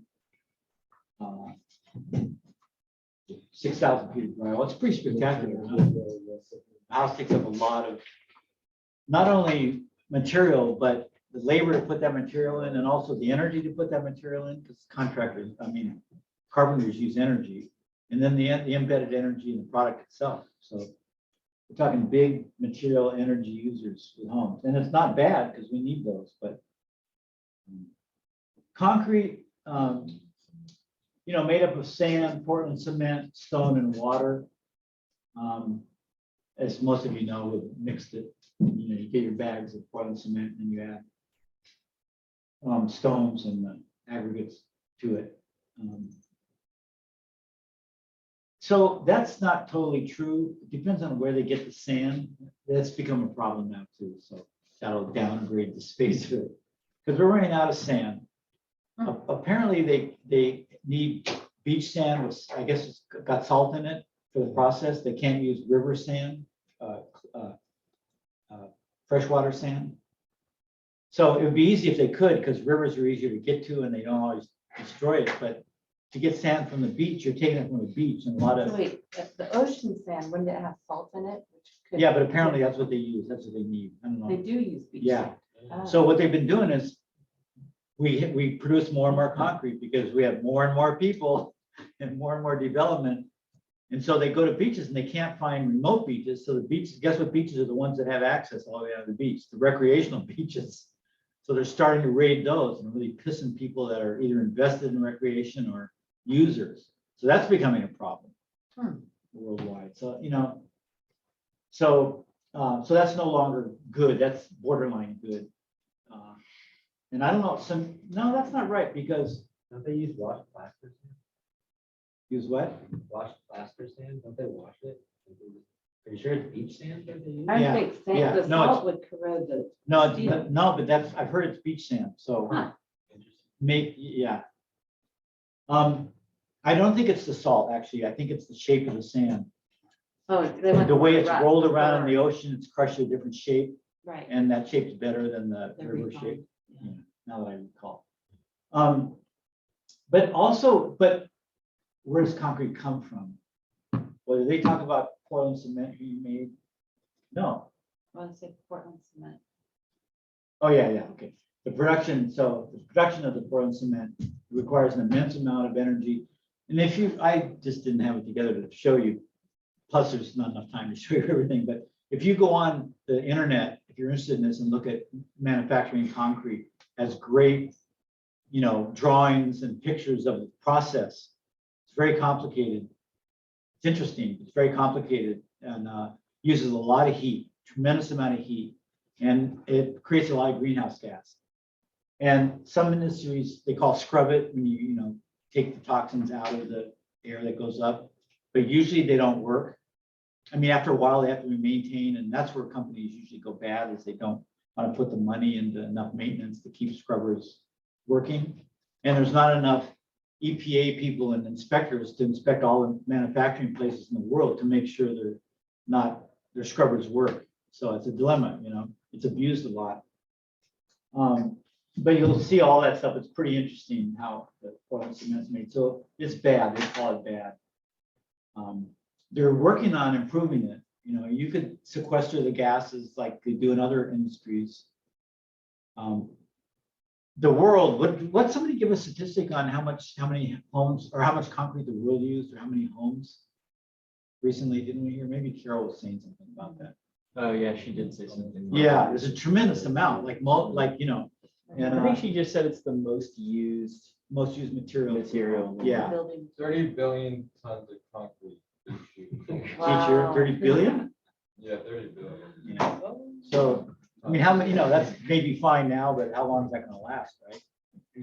Before there's wars where the people on the beach are, you know, yeah, try and get our sand. That's a new good science fiction movie, comedy movie, Beach Wars. And you know, it's funny now, but it'll undoubtedly come to that, right? Okay. So, yeah, so they've got it, we've got to, you know, you can do solar energy, you can do benign energy, right? Solar, so we don't have to keep cooking fossil fuels to heat these. So that part of it we can do. And I think there are some people around the world who are working on the process and making good progress on making it benign, more benign. So that possibly could save us, but right now it's not good. And how much water? Not so much, right? For making coffee? You, in use in making it? Yeah. Well, there's water when you mix it all at the inside, but not, I don't make it, I don't know, I have no idea. Okay. There might be. Look up the process, it's really kind of interesting. I did it and I forgot to earmark that YouTube. But after that, it's good. Because it's easier to ship. You know, it can be shipped in small quantities. The truck makes it up at a factory. They truck it out to your job site. It's always local from that stage on because it has to, you can't truck too far. Then it dries. It's not particularly toxic. You know, there's fly ash in it, which can burn. And there's something lime, which can burn. So it's better. And people wear gloves and stuff, but it's not too dangerous.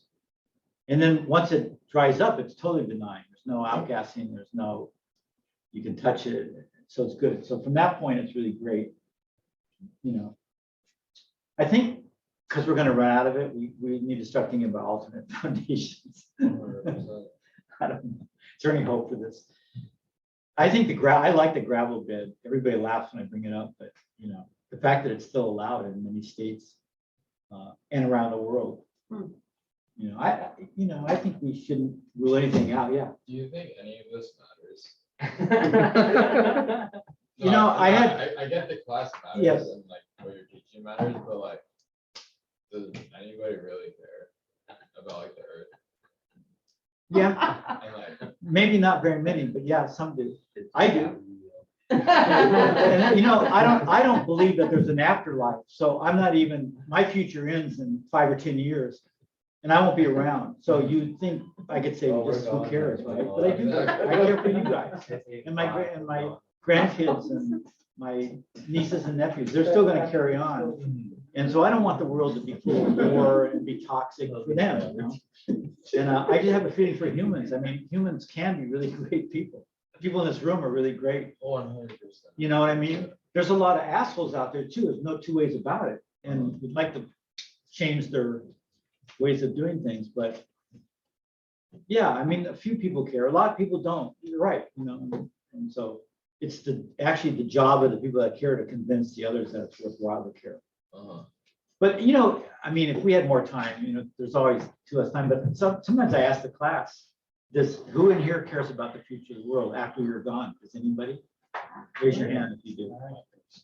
I mean, don't do it just because you think it's right, but maybe you all do. So that's good, you know. But a lot of people don't. I mean, by the way, especially Americans, by the way we act, the choices we make, it really seems like people don't care. The Indians, Native Americans have this thing. It's almost what's the word? For something that's trivial or obvious. But they have this saying about the 7 generations. Have you heard that? And so whenever they plan, whenever they make a move, a big change in the environment or in their tribal things, they think, well, how's this going to affect our progeny 7 generations down? And if we can see a problem, then we won't do it. But if it passes that 7 generation mark, you know, we don't know after that, but that's enough to plan for. And so they do that. And that's a really wise thing. We Americans are really notoriously not planners. Europeans are planters. They've been farming in Italy and the Balkans for thousands of years, 5,000 years, and the soil hasn't lost its fertility. They figured out how to do it and they do it right. So we have some traditions that we figured out and work, but Americans, we had the Dust Bowl. I don't know how much history you guys know, but in the 30s, after the Depression, Oklahoma and Texas, the wind had strong winds and it blew away all the topsoil because we didn't farm right. We farmed in ways that allowed that to happen. And so we lost this tremendous, people had to leave. I mean, people in Oklahoma all came to California and it was huge migration. It was a terrible thing. The Okies at Bakersfield. Yeah, so, there's better and worse ways to do things, but Americans are kind of funny that way. We're not, because we're so creative and we create new ideas and new solutions, we just go with the new ones and we don't kind of look back or try to maintain ones. And I think that's kind of a flawed, in a limited resource world, I think that's kind of a flawed way of looking at things because we're going to run out really fast the more we do. When I was a kid, 70 years ago, 65 years ago, and I had transistor radios with earplugs. I made some of them myself, but I also bought them. They were cheap. And I could hear rock and roll. I was happy. You could improve that a little bit, but if you look at all the use of materials to make better and better things every year, every 6 months, from 1950 to today, it's shocking. I mean, do we need all that progress so fast? And it's just something to ask yourself. Some people say, yeah, the more the better. Okay, that's a viewpoint. But at my age, when I look back, I go, yeah, I could have lived with, find they had vinyl records. I was good with those. In fact, we're going back to vinyl, The sound was good. They have improved the sound. That's nice, but they've improved the sound. And then they have years of little incremental improvements. And that, you don't need to spend so much money on, and just multiply that by everything that improves, and we waste a lot of energy. That which, if we look at 7 generations, we can't sustain that. Our great grandkids won't be able to have that stuff because we just don't have the resources. And maybe we'll have too much population, so we won't even have as much freedom or living space. So that's a great question. I'm glad you asked that. It's an interesting question because it's not given that we care about the future. It's not. We have choices, and I don't even think it's bad if someone doesn't. I really wouldn't condemn. I would disagree with them. I'd say, well, here's what I think. But you have the right to think that. There's nothing wrong about, hey, this is my life, and this is my family, and this is what I care about, and I'm really not concerned with the rest. Animals are like that. Why? They don't think about the world. They're just worried about their little family and what goes on. So it's not that unnatural, but we've created a whole different world than the natural world. So we've got to figure out the rules. The natural world, to give animals instinct, that's their rules. And they just do it and they get along fine. We've given up our instincts with language. We've just said, well, we can do different things. We're not stuck with that. But unless we have some kind of guidelines that allow us to do the same thing as instincts, which means get along with our ecosystem, which are supporting us, unless we have something parallel, which we haven't, that's why we're in trouble, then it's not going to work. So we are a different animal. We're kind of an interesting animal. I mean, we're glorious. Look at the stuff we do. It's pretty interesting. But we really have to be more mature and do it in a way that doesn't destroy the planet and our future. So anyway. It's okay. We're just going to go to Mars, right? Yeah. Well, we might supplement our minerals from asteroids and things. That's not out of the question, but that's typical of what we do, though. We'll work on the technology to do that rather than try to correct it in some simpler way here, right? Well, one thing that I think that innately us humans do possess is we do have a sense of pride. Yeah. And that pride can be whether your home is whatever it is, a shack or whatever, however, but it's something that maybe you created or that whether you physically did it or you designed it or you painted it or however you want to look at it.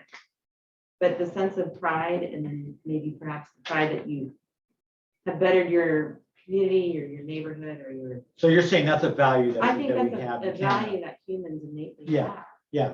My cat has it when he presents a mouse. I mean, Definitely, Yeah, definitely. but Dogs have it too when they do certain things. yeah, when they give me. Yeah, well, that's part of it Newspaper, too, but- you know? But I think that, your home is something that innately somebody also has pride of, Yeah, sure. whether it's Oh, very yeah. basic, they want to. Well, look Clean at it, or- cities. Look at how Europe, I mean, I know more about Europe, but it probably existed everywhere.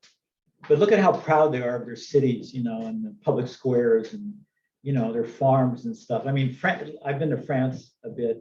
They're so proud. All the villagers are so proud of where they live and the places they have built over the years and the I mean, farmland. historically, It's really great. you look Yeah, at these ancient cultures and you know that these people had a sense of yeah, what, these, like the pyramids, how long have they been there? yeah, Or just different relics around the world. right. So And, you can say, oh, let's just build whatever, it doesn't matter, we're only around for X Right. amount of years. But there is something that makes you wonder, like, well, our human civilizations, we've been existing forever. And we've been creating these magnificent yeah, why have we been doing that, right? things. Yeah, why? 'Cause Yeah.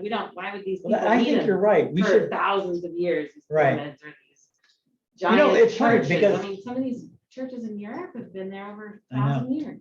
it's funny because that would be an obvious question. Why did these people do this? Why did our ancestors do this? I mean, if you appreciate the beauty and Yeah, craziness of it, then that's a reason right there. They wanted something really nice and they did it. And we have that in us, we want better cars and right. better TVs and stuff. I mean, it may be an abuse at sometimes, but we have that. So, it is a question of like, why, what's the difference or, Yeah. why do we need to look at, do we do 6-inch wood, Well, I think, But I think as a builder, it all comes down to details yeah, and, when you go to these magnificent buildings, like anytime you go to Europe, go to Barcelona and you see how Gaudi Yeah. built his cathedral and Yeah. you're like, well, how did he and you get inspired by that? don't have to be Christian. Like I'm not a Christian and I go see the cathedrals in Europe and my jaw just drops. So, an So oleander, beautiful. you know what an oleander is? Yeah. Yeah. So if you do a cross section of an oleander, it's spiral shaped. You got a cross section of an oleander? So it's spiral shaped.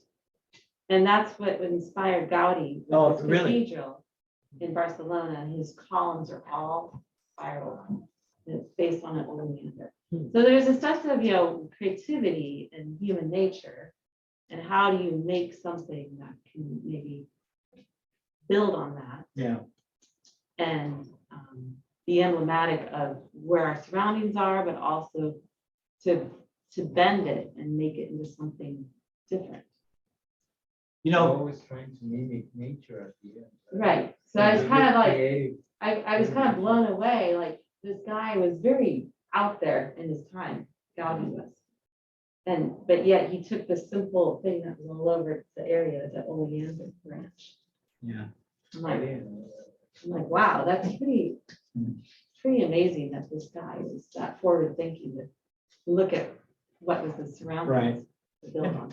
But even all of us, we're still carpenters, or laborers or whatever, or maybe some builders here, but this is our field. And I mean, you can feel that pride when you do something really beautiful at your work,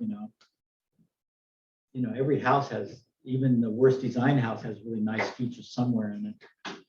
And that's a nice attitude to have. Most carpenters have that. They're not just trying to get by, but they're trying to do a really good job. Okay, so we'll just do a few more of these.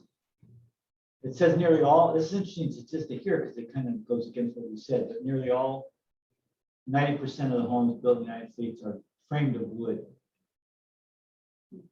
I don't, the statistics vary, they come and go.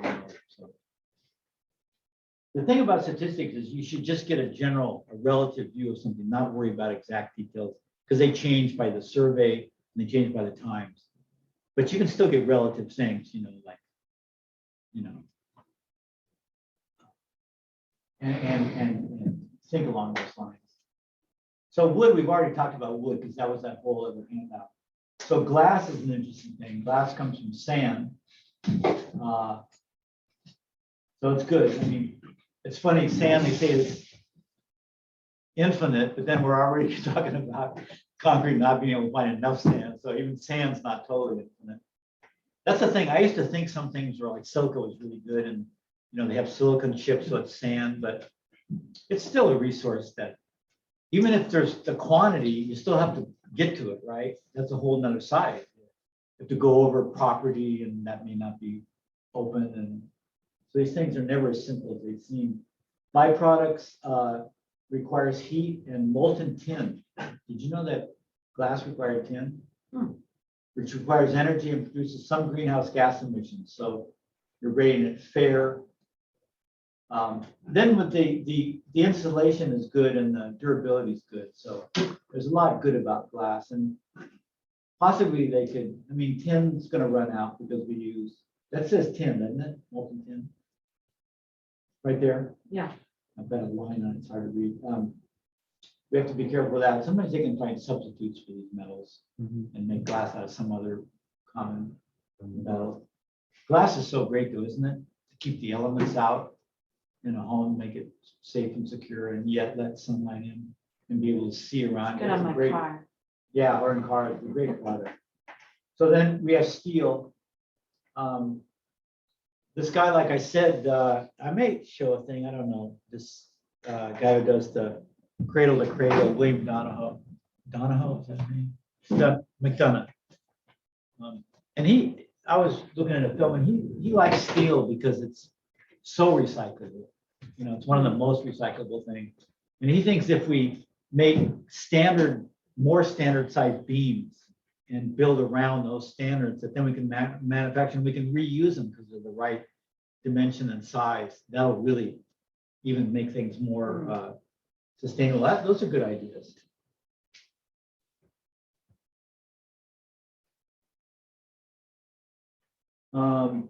Yeah, it's easy to maintain. You do have to do something. You have to keep it from water. Unless it's stainless steel, I guess. Hey, remember when we went to the museum? Some of us did, right? The art museum. Yeah, I went to the Van Gogh thing. So if you're at all interested in impressionism or Van Gogh, they did a pretty good job, I have to say. But remember up on the up story, we went up, kept trying to find skylights, and we finally got up there, and there was that big silver sculpture. It was like a ball, except it had a hole in the top, and it's kind of, that's stainless steel, that whole thing. I went up there, we had friends, I remember, we went and looked at everything else, and I looked on the wall, and it was stainless steel. God, jeez, that must have cost a fortune. Yeah, seriously.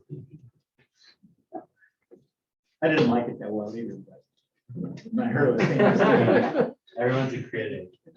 Is it the same guy who did the jelly bean in Chicago? Oh, I don't know. Yeah, you asked that before. It could be. Okay. Who the hell works with that stuff, right? So steel's actually, see, it's got a lot of, the verdicts are fair and good. So aside from the greenhouse gases and the heat it needs. So steel, I've come back to steel being not totally bad, but, reasonable for right now. Another thing is, there may be materials we should use right now for various reasons, and we may want to phase it out later, like nuclear reactors. I don't think those are good at all, but it's the best energy form for global warming. So maybe temporarily to get to the number we need, we should extend those a bit and then phase them out. I don't know. Do you see what happened to our local nuke, California's last nuke? You guys hear about that? Down south of Diablo? or- No, Diablo, yeah, Yeah, up okay. north, yeah. So rusted out. Yeah, one of the water cooling, it was a backup cooling system, so it wasn't the main one, but it had rusted out and sprung a leak. Oh, Oh, God. great. That's just the kind of thing we don't want them for that kind of scary stuff. But they said it was a duplicate system, and what they were pissed is that the guy who inspected it didn't catch it. They had a picture of it in the Independence, big old rusty, I don't know how you'd miss it. Squirting water, These guys must be on acid or something. Okay, so steel's good. We'll look at a steel construction video one of these days. Brick, we don't use brick a lot here, but I don't know if the East Coast still uses brick, but how about Bolivia? They use brick, but Adobe brick, right? Well, I guess all brick's No. Adobe, isn't it? Any kind of. Any kind of brick. Okay, And the whole city is just made out of, yeah, like, the buildings, great. yeah, because what they make it out of is abundant in the environment, right? So they can probably, I suppose. yeah. So what brick is fair because it's 10,000 years old. It's a long technique we've had. Oh, byproducts, due to the heat required to fire the clay, brick production demands high energy and generation and generates some greenhouse gases, so that's bad. You know, a lot of cultures have gone under because they've used all their trees up to make bricks. Mm. Mesopotamia, they did that. The only fuel they had was, bushes and trees, and then you used it all up to make the bricks. India did that too. So that's a problem unless you have all the material. Vinyl, this thing says no way anyway.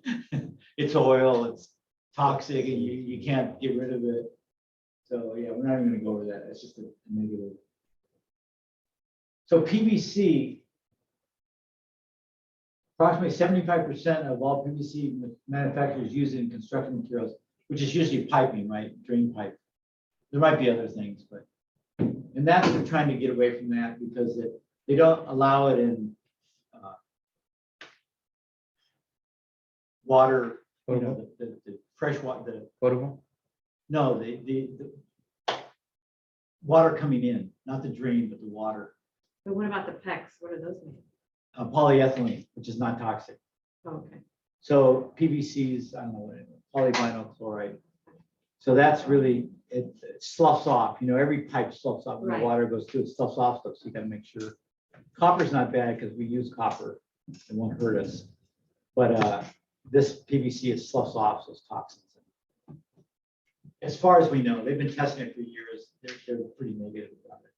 So they stopped it we used to be able to use it for incoming water, right? You'd see the small white PVC. Now you can only use it for drains. Who cares about drains? Although the water goes in the ocean from the drain, right? So they don't think it's enough right now to totally rule it out, but it's so handy. Plastic's so handy for piping, and they did not want to give it up. They do make other types of plastic piping. Okay, so setting priorities, and we're going to stop by 8:30. Okay, that's a big thing because in their life cycle, they'll be bad in one part of it, good in another, fair in another. So you have to put up with the whole thing. So right, if you get it, it's gone through the whole life cycle. So you have to kind of weigh what's important. So now global warming has come up as a bigger problem than pollution of rivers or pollution of air. Right? Mm. So we may shift our values and say, well, we'll put up with a little more pollution because we're really urgently trying to deal with global warming. So that changes, but you kind of pick the worst part of the life cycle process and see if you can live with it. Or if in the time being it's worthwhile. So if it's bad, one part's bad, but it's great for global warming, then we might live with that toxicity or whatever for a little bit longer in hopes of bringing down the parts per million for global warming. So it's complicated, and the fact that it has a life cycle is complicated too. And most people don't know the life cycle. They don't know what's gone into it. So, and then there's this thing called embedded energy. So there's the energy you take to put it into a house, the labor you put, right? But then there's the energy that it took to make it. And a lot of things have a lot of heat and what else would be in it? Well, it might be just complicated labor processes to make something, or machines that take a lot of maintenance. And so all that energy is part of that product, and you have to consider it. When you're considering the project, you have to consider how hard it was to make it. And because we only have a certain amount of energy, we're finally realizing that energy is not just labor to do things, but it's stuff that's embedded in the product itself, in the way it was made or mined or whatever. And we have to count all that energy because we're trying to get a total, to see if it's worthwhile. So the thing of embedded energy is really important. Oh, and I want to say one thing. We're just going to continue this. There's so much more. But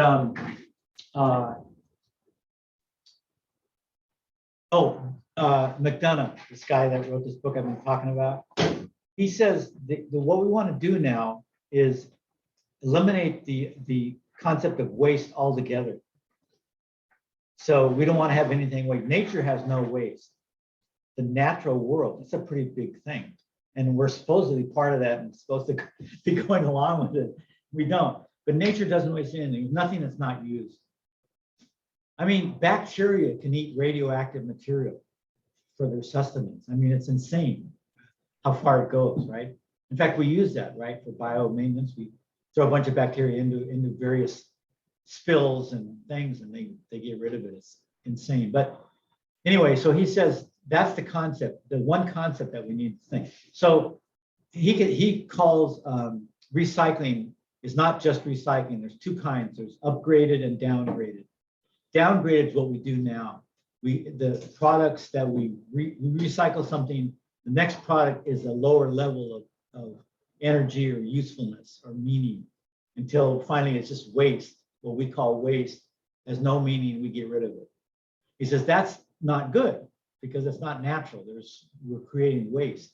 And we know we create waste, we fill our landfills and we put it in the ocean. So it toxifies us and it uses up a lot of land. So waste has got problems. He says you got to upgrade. So the next thing you make should be equal to in value or better than the product you're recycling. And then he has a lot of examples. That's a pretty radical way of, so he says, you know, the old one was, the old thought pattern was cradle to grave. Something's born, it goes through its life cycle, it's dead, it's waste. He says, no, we can't think that way. Cradle to cradle. Something goes through its life cycle, and instead of being dead or a waste, it's now a resource for the next thing. But nothing's ever downcycled or graved. And I'm starting to, I read it 10 years ago and I thought, oh, it's kind of a good idea, but I didn't really understand it. But since then, I've just been thinking in different ways. And so I'm rereading it and I'll try to share some of it as we go along next week. But it's a pretty radical idea, but these ideas they seem so abstract, but they're really important and they really actually make sense. But we're so used to old ways of thinking, it's hard to break through. But one book, one guy can come up with this. I mean, he's done a lot more than this, but it's a really strategic idea. Or the idea of footprint, ecological footprint, great idea. I mean, it allows us to compare and measure and, see where we're at. And before we had no idea. Oh, there's a big ocean, the pollution's never gonna affect it. Now we know how much ocean it takes to deal with a certain amount of pollution, and there's not enough. So yeah, so we get some good thinkers, good designers along the way. Okay, it's just about 8:30. Any urgent questions? I know you probably all want to go home. So we'll go to Era's place Saturday, and next Monday we'll continue this, and then we have a thing on green. We're running out of time for some reason. A green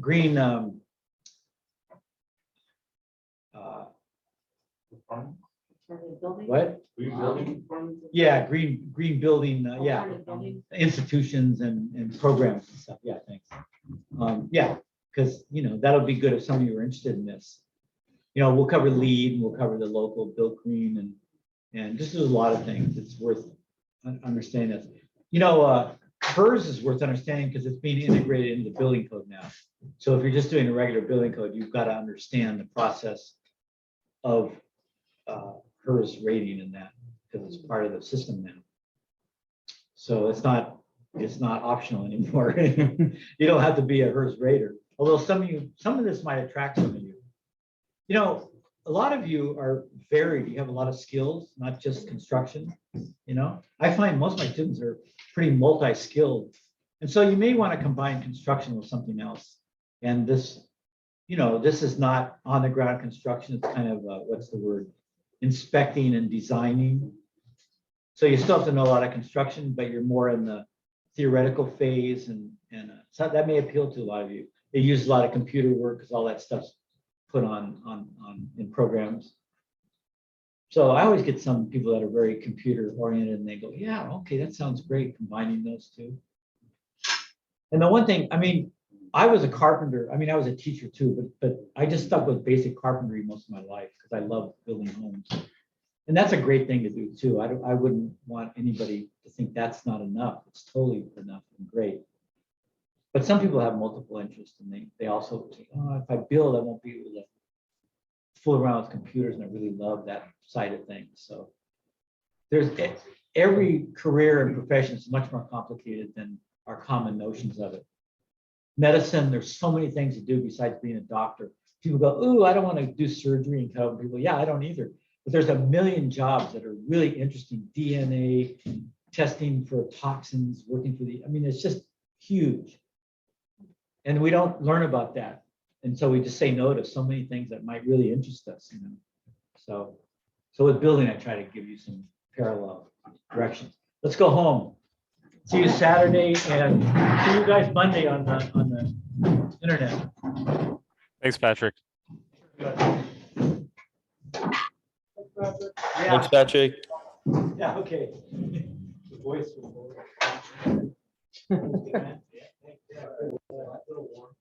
Hey, Alex, what's up? Yeah, where do you live? For Portland, that's kind of a drive for you. Oh, you have never. Yeah. Oh, sorry. Yeah, I meant to make sure you got that. Thanks for letting me. Patrick, I'm not gonna be here this Saturday. No sweat. It's okay if I take one of these? Sure. Oh, yeah. They're kind of fun reading. If you're a construction nerd. All right, I'll see you. I love those things. I like to see what's new. They come out with new products a lot. So So is there anything you want to focus on besides the clay? I don't know, wanna it's just so explore nice to- it? It's just so nice to get out. At the I mean, this is wilderness. like as basic as, you know. You're all gonna be standing out there. Well, Well, I mean, I could take on a little hike. I'll bring out some lessons and stuff that we can talk about if. There we is a need to. porta potty.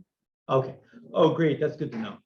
And If you put in your email, I'd recommend some, bring your own water or whatever. great idea. Okay, I'll 'Cause send that if out. if anyway, it's 'cause we sunny, forgot to there's mention like that. Yeah. no, I mean, there's some shade, but Yeah, no. Today was hot, right? it got steamy at the end, yeah. I got burnt because I didn't realize it. And It was overcast in the morning. I know. And I was outside with some old friends and we were just engaged and talk. And at one point, my friend said, hey, Patrick, you want to put a hat on or something? I said, no, I was involved in You the look red, conversation. I said, oh God, I got fried. It rarely happens. I was so embarrassed. So stupid. I'll see if I can bring my Gaviota Coast, like, they have a whole plan. Yeah. I That mean, would, because actually, what you know about the Gaviota Coast would be great information. that's really where we're limited, we're not gonna blow out something because Yeah. they have a lot of restrictions. Yeah. No, it would be But this nice land in to, particular has a lot of restrictions. it would be nice to learn about that because I think that's important. It's a view corridor, it's the coastal commission, the appeal down in the creeks. And then we have pipelines, the Edison lines. We have all these like parameters that you Yeah. kind of have to Yeah. to work around. And then we have the endemic tar plant. So, One so thing, it's kind of an interesting hey, do you have Gunnar's number? Gunner. Gunnar? I probably could get it. If you can find it, send it to me. Maybe we'll ask him if we can, because that's at Refugio. It's right, yeah. On the way back, maybe we could go up and look at his, if he still has the cob latrines. Oh. It might be interesting. It's kind of short notice. He probably won't want to do it, but I might try if you can find that. Okay. It's the same area. I love that area. That's probably why I want to go. But that's the last bit of wilderness in this area. I mean, besides those There's projects. bear on our property. There's a bear. There's see? bear. And we We've need to- seen the footprints. We need to worry about that property, make sure it stays in a Yeah, good thing. But the So, problem is that there's been, I think, a handful of wildlife on the 101 killed. yeah. We need a corridor, They need a wildlife corridor. everything takes so damn long to do, I right? know. They it's so plan obvious. corridors everywhere. You hear about it, and then 5 years later, oh, we finally finished. Oh, how many wildcats have died in that time? You know? Yeah. That's what I hate, is how long things take. Yeah, And that's it's ridiculous. bureaucracy and unions. We could Unions even are bore great. a We need them to tunnel through our protect people, property. but they can get so. We could bore a tunnel like at least There you 7 foot tall, and we could maybe get to the beach. Yeah, Go under the 101. under but the if that was a railroad. quarter, then you have to make sure it was clear. You're halfway there and you see these eyes, you know, in the dark. Yeah. Whoa. There. All right, Anyway, well, I'll see you on Saturday. Okay, it's gonna, okay, you guys. it's gonna explore. Yeah, I'm excited. Okay. Talk about green buildings. Yeah, yeah, that's it.